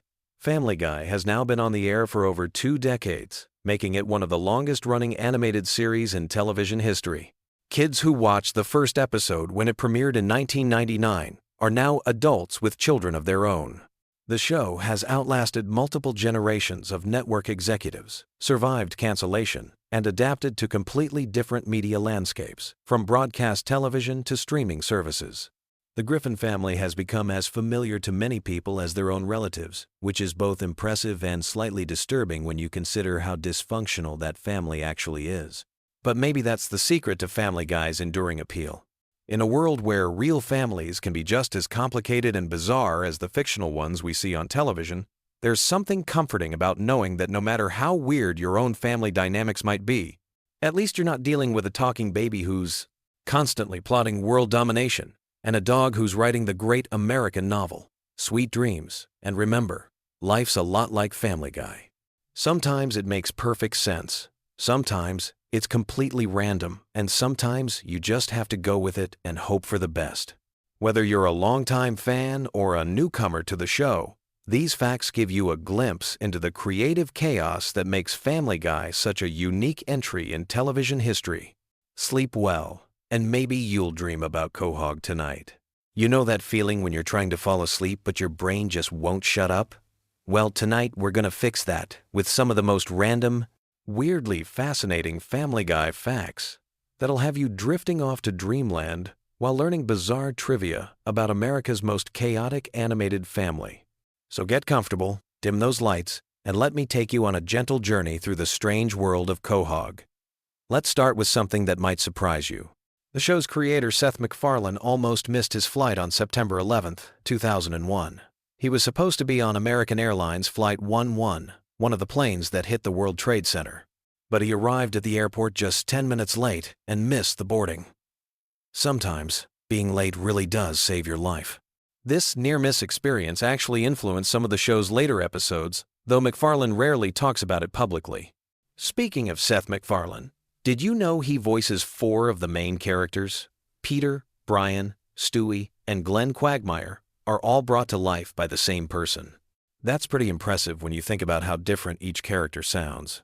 MacFarlane developed Peter's voice by imitating a security guard he knew, while Brian's sophisticated tone was inspired by old Hollywood actors. Stewie's accent, meanwhile, was based on Rex Harrison's performance in My Fair Lady. Here's something that might help you sleep better knowing it exists. There's an entire episode that was banned from television for years. The episode, called Partial Terms of Endearment, dealt with some pretty controversial topics and wasn't aired on Fox until much later. It eventually found its way to DVD releases, but for the longest time, fans had no idea this episode even existed. Sometimes, the most interesting content is the stuff we never get to see. Family Guy has this weird relationship with cancellation that's almost like a bedtime story in itself. The show was canceled, not once, but twice. First in 2002, then again in 2003. But here's where it gets interesting. DVD sales and reruns on Adult Swim were so successful that Fox brought it back in 2005. It's like the show kept falling asleep and waking up stronger each time. The fans literally saved it through their dedication, which is pretty heartwarming when you think about it. Let me tell you about some of the guest stars who've appeared on the show that you might not have realized. Patrick Stewart, the distinguished Captain Picard himself, has voiced multiple characters, including Susie's arch-nemesis. Rush Limbaugh appeared as himself, and even Phyllis Diller lent her voice to Peter's mother-in-law. The show has attracted everyone from political figures to rock stars, creating this weird mix of high culture and lowbrow humor. There's something oddly soothing about the show's animation process, too. Each episode takes about 8 months to complete from script to screen. The writers spend weeks crafting jokes, the voice actors record their lines multiple times to get the perfect delivery, and then teams of animators bring everything to life frame by frame. It's like watching a very slow, very detailed dream come together. The famous chicken fights between Peter and Ernie the Giant Chicken started as a throwaway gag, but became one of the show's most beloved running jokes. These elaborate, destruction-filled battles were inspired by old action movies and Jackie Chan films. The animators love creating these sequences because they get to go completely over the top with the destruction and mayhem. There's something almost meditative about watching these absurdly long fight scenes unfold. Here's a fact that connects to real life in an unexpected way. The character of Mayor Adam West was named after the actor who played Batman in the 1960 Seconds TV series. When the real Adam West heard about this, he was so delighted that he agreed to voice the character himself.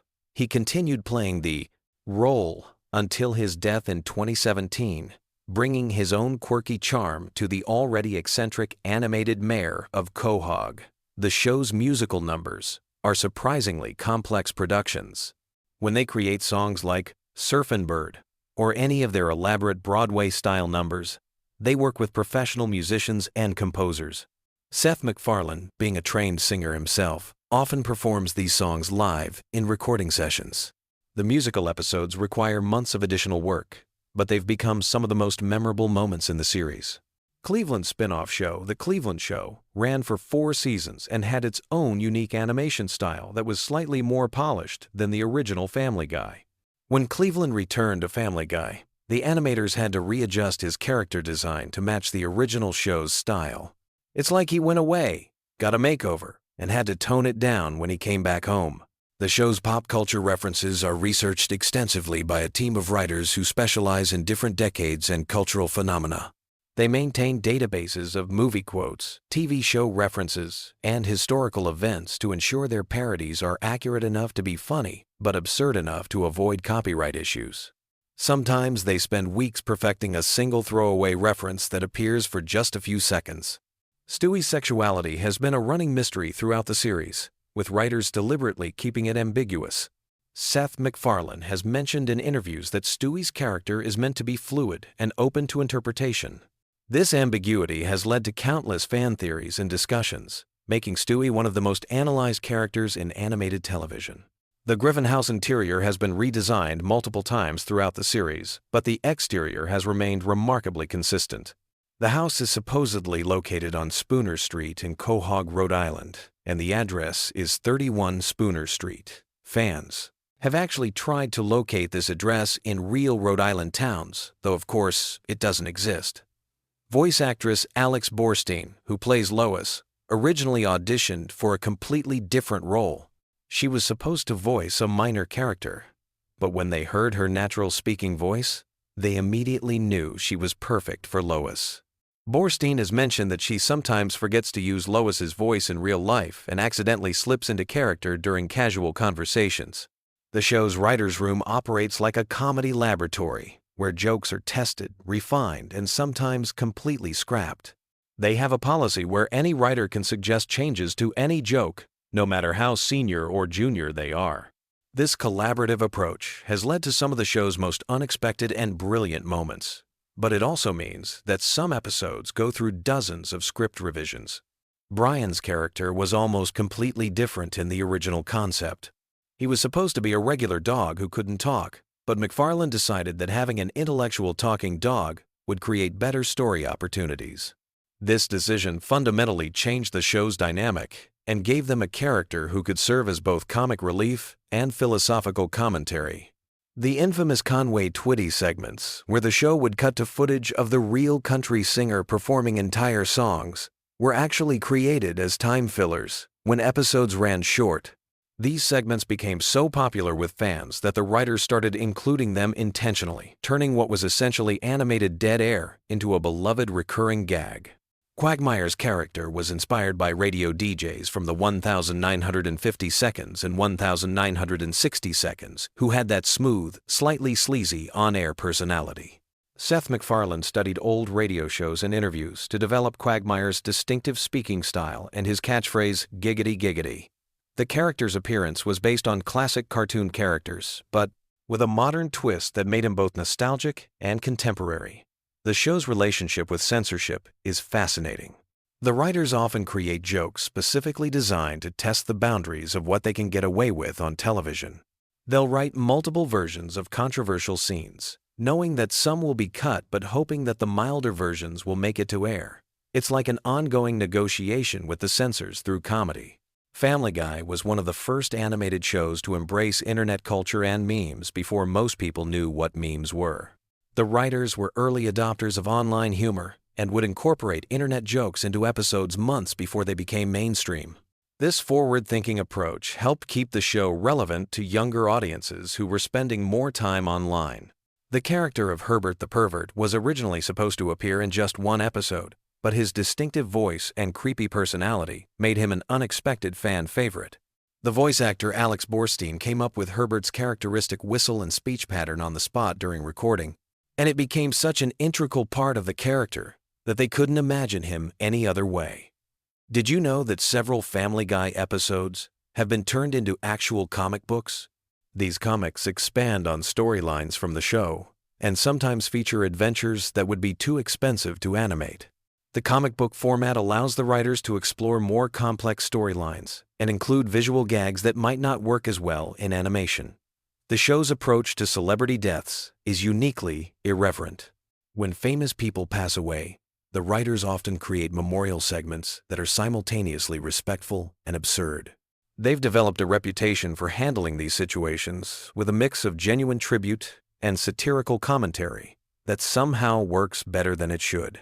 Joe Swanson's character was created specifically to address representation of disabled characters in animation, but the writers were careful not to make his disability the only thing that defines him. They wanted to show that wheelchair users could be action heroes, fathers, and complex characters with their own storylines and personality quirks that had nothing to do with their physical limitations. The show's animation studio has created detailed model sheets for background characters who appear for just a few seconds. They believe that consistency in character design, even for minor roles, helps create a more believable world. Some of these background characters have their own names and backstories that never make it into episodes but help the animators understand their roles in Quahog's community. Family Guy's impact on internet culture extends beyond just memes and references. The show pioneered the use of cutaway gags, which became a template for online content creators who needed to create short, punchy comedy segments. Many YouTube comedians cite Family Guy's editing style as an influence on their own work. The series has been translated into dozens of languages, and each version faces unique challenges in adapting American cultural references for international audiences.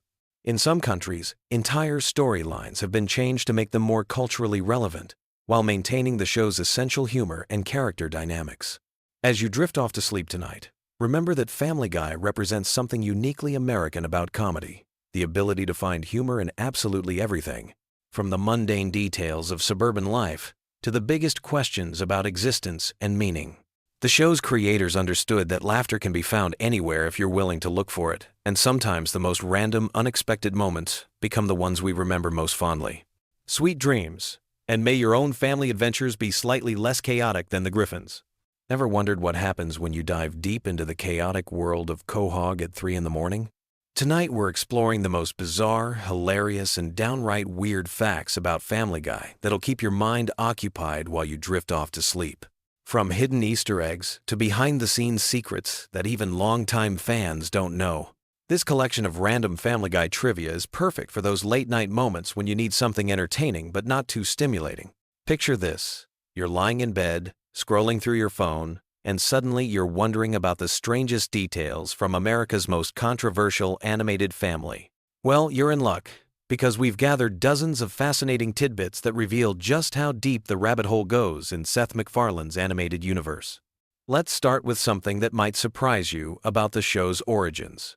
Family Guy actually premiered in 1999, making it older than The Sopranos, Lost, and even The Office.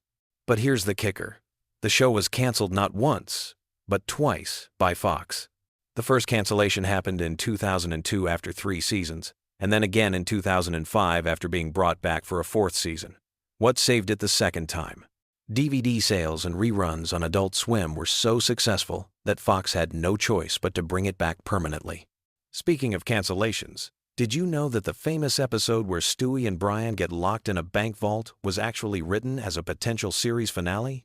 The writers thought the show might not get renewed, so they created this bottle episode as a way to give fans closure while keeping production costs low. It ended up becoming one of the most beloved episodes in the entire series. Here's something that'll make you appreciate the voice acting even more. Seth MacFarlane voices 4 main characters: Peter, Brian, Stewie, and Glenn Quagmire. But what's really impressive is that he can switch between all these voices seamlessly during recording sessions. The man is basically having conversations with himself for hours at a time.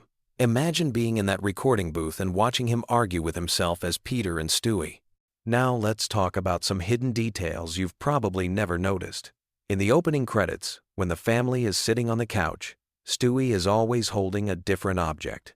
Sometimes it's a teddy bear, sometimes a ray gun, and occasionally it's something completely random, like a pineapple. The animators change this detail regularly, but it's so subtle that most viewers never pick up on it. The Griffin's address has actually been revealed multiple times throughout the series, but it keeps changing. Sometimes they live at 31 Spooner Street, other times it's 29 Spooner Street. This isn't continuity error. It's an intentional joke about how cartoon families can basically live anywhere the writers need them to live for the sake of a gag. Here's a weird one. Meg's full name is actually Megatron Griffin. This was revealed in one episode as a throwaway joke, but it's technically canon. Her parents named her after the Transformers villain, which honestly explains a lot about why she turned out the way she did. Imagine going through high school with that on your birth certificate. The chicken fights between Peter and Ernie the Giant Chicken aren't just random acts of cartoon violence. They're actually parodies of classic action movie fight scenes. Each fight references different films, from They Live to The Matrix. The writers spend enormous amounts of time choreographing these sequences to match specific cinematic moments frame by frame. Speaking of references, Family Guy holds the unofficial record for most pop culture references in a single animated series. The writers keep a database of potential references organized by category, decade, and obscurity level. They literally have spreadsheets dedicated to tracking which celebrities they've already made fun of and which ones are still fair game. Here's something about Brian that might change how you see him. His character was originally supposed to be much more of a background character, like a regular family pet who occasionally made sarcastic comments. But Seth MacFarlane enjoyed voicing him so much that Brian evolved into basically being Seth's mouthpiece for political and social commentary. This is why Brian often sounds like he's giving a college lecture. He essentially is. The Conway Twitty cutaways aren't just random musical interludes. They serve a specific purpose in television production. When episodes run short, the writers can insert these musical segments to pad out the runtime without having to animate new scenes or write additional dialogue. It's brilliant efficiency disguised as absurdist humor. Cleveland's house has been destroyed and rebuilt more times than any other location in the series. The writers keep track of this, and it's actually become a running competition among the staff to see who can come up with the most creative ways to demolish Cleveland's property. His house is basically the Kenny McCormick of buildings. Here's a detail about Quagmire that most people miss. His house number is 29. Peter's is 31, and Cleveland's was 33 before he moved away. But Joe's house number has never been consistently established, which has led to fan theories that he doesn't actually own his house and is just perpetually house-sitting for someone else. The famous "Whose line is it anyway" reference where Peter lists random words isn't actually random. Each word was carefully chosen to represent a different category of Family Guy humor. They're basically a roadmap of the show's comedic philosophy, hidden in plain sight. Stewie's accent has gradually changed over the years, from a thick British aristocrat voice to something more American. This wasn't accidental. Seth MacFarlane has said that maintaining the original accent was physically exhausting, so he's slowly been relaxing it as the series progressed. If you go back and watch early episodes, the difference is striking. The Pawtucket Brewery where Peter works is actually based on a real brewery in Rhode Island. The exterior shots are rotoscoped from actual footage of the Narragansett Brewery, though the interior is completely fictional. Local Rhode Islanders often spot familiar landmarks in the background of various episodes. Here's something about the show's animation. The characters' eyes are deliberately drawn to be slightly different sizes. Peter's left eye is always drawn slightly larger than his right, which gives him that perpetually confused expression.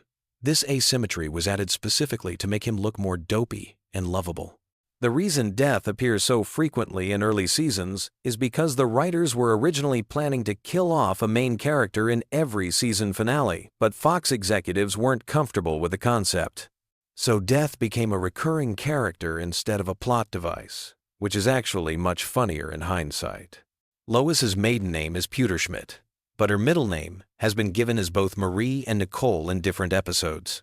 The writers claim this is intentional, suggesting that Lois has been lying about her middle name for years for reasons that will never be explained. The evil monkey in Chris's closet was originally supposed to be revealed as Chris's imaginary friend, but the writers decided it was funnier if he was completely real and just randomly living in their house. This decision led to one of the series' most beloved recurring characters. Here's something about the show's timeline. The Griffins have been celebrating the same holidays for over 20 years of real time, but they never age. However, the writers occasionally drop hints about the passage of time through background details like changing technology and evolving fashion trends in crowd scenes. The reason Peter's boss, Mr. Weed, died in such a bizarre way choking on dinner rolls while watching Popeye, was because the writers wanted to establish that anyone could die at any time in the Family Guy universe, for completely ridiculous reasons. It set the precedent for the show's approach to mortality as comedy. Trisha Takanawa's reporting segments are all written by the same staff writer who used to work in local television news. All of her ridiculous news stories are based on real absurd stories that the writer covered during his journalism career, just exaggerated for comedic effect. The Drunken Clam Bar where Peter and his friends hang out was modeled after Cheers, but the writers deliberately made it seedier and more depressing to contrast with that show's warm, welcoming atmosphere. It's meant to represent the difference between idealized television friendships and actual dysfunctional male bonding. Here's a weird production detail. The show's writers keep a cutaway database with hundreds of unused cutaway gags organized by setup line. If they need a quick cutaway for an episode that's running short, they can search the database by keyword and find something appropriate. Some of these unused cutaways eventually become the basis for entire episodes. The reason Herbert, the elderly neighbor, is so creepy isn't just for shock value, is inassigned. His character is actually a commentary on how society often ignores obvious warning signs about predatory behavior. The writers intentionally make him so obviously suspicious that it becomes absurd that no one in the show takes him seriously. Stewie's football-shaped head wasn't originally intentional. Seth MacFarlane was just a poor artist when he created the character, but the distinctive shape became so iconic that when the animation quality improved, they kept the weird proportions on purpose. The show's musical numbers aren't just random, they're specifically written to parody different Broadway and Hollywood musical styles.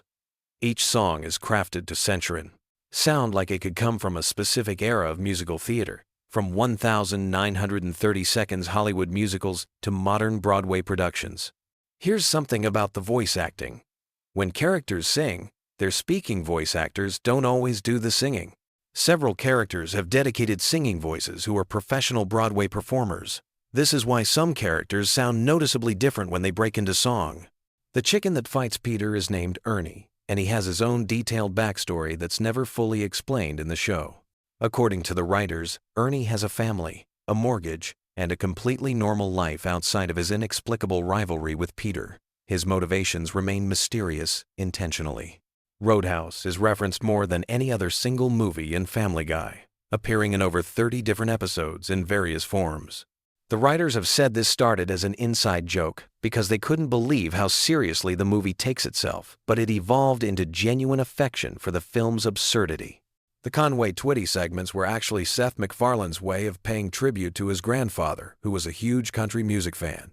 MacFarlane has said these moments are among his favorites in the entire series because they remind him of watching old variety shows with his grandfather. Meg's unpopularity isn't just a running gag. It's a deliberate commentary on how middle children often get overlooked in family dynamics. The writers have given her hidden depths that occasionally surface, suggesting she's actually the most emotionally intelligent member of the family despite being constantly ignored. The show's animation style deliberately mimics the look of 1,980 seconds Saturday morning cartoons, complete with slightly off-model character designs and limited animation techniques. This was intentional, as MacFarlane wanted the show to feel nostalgic and slightly cheap, like the cartoons he grew up watching. Here's a detail about the opening theme. The lyrics were written to sound like a generic sitcom theme song, but they're actually describing a completely dysfunctional family situation. The cheerful melody masks the fact that the words are talking about how nothing in this family works properly. The reason Family Guy episodes often feel like collections of unrelated sketches is because that's exactly what they are. The writers start with a basic premise and then build around it with whatever random ideas they've been wanting to explore.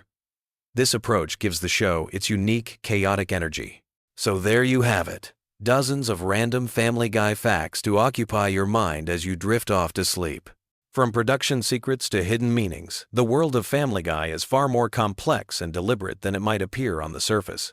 Whether you're a longtime fan or just discovering the show, these little details add extra layers to every rewatch.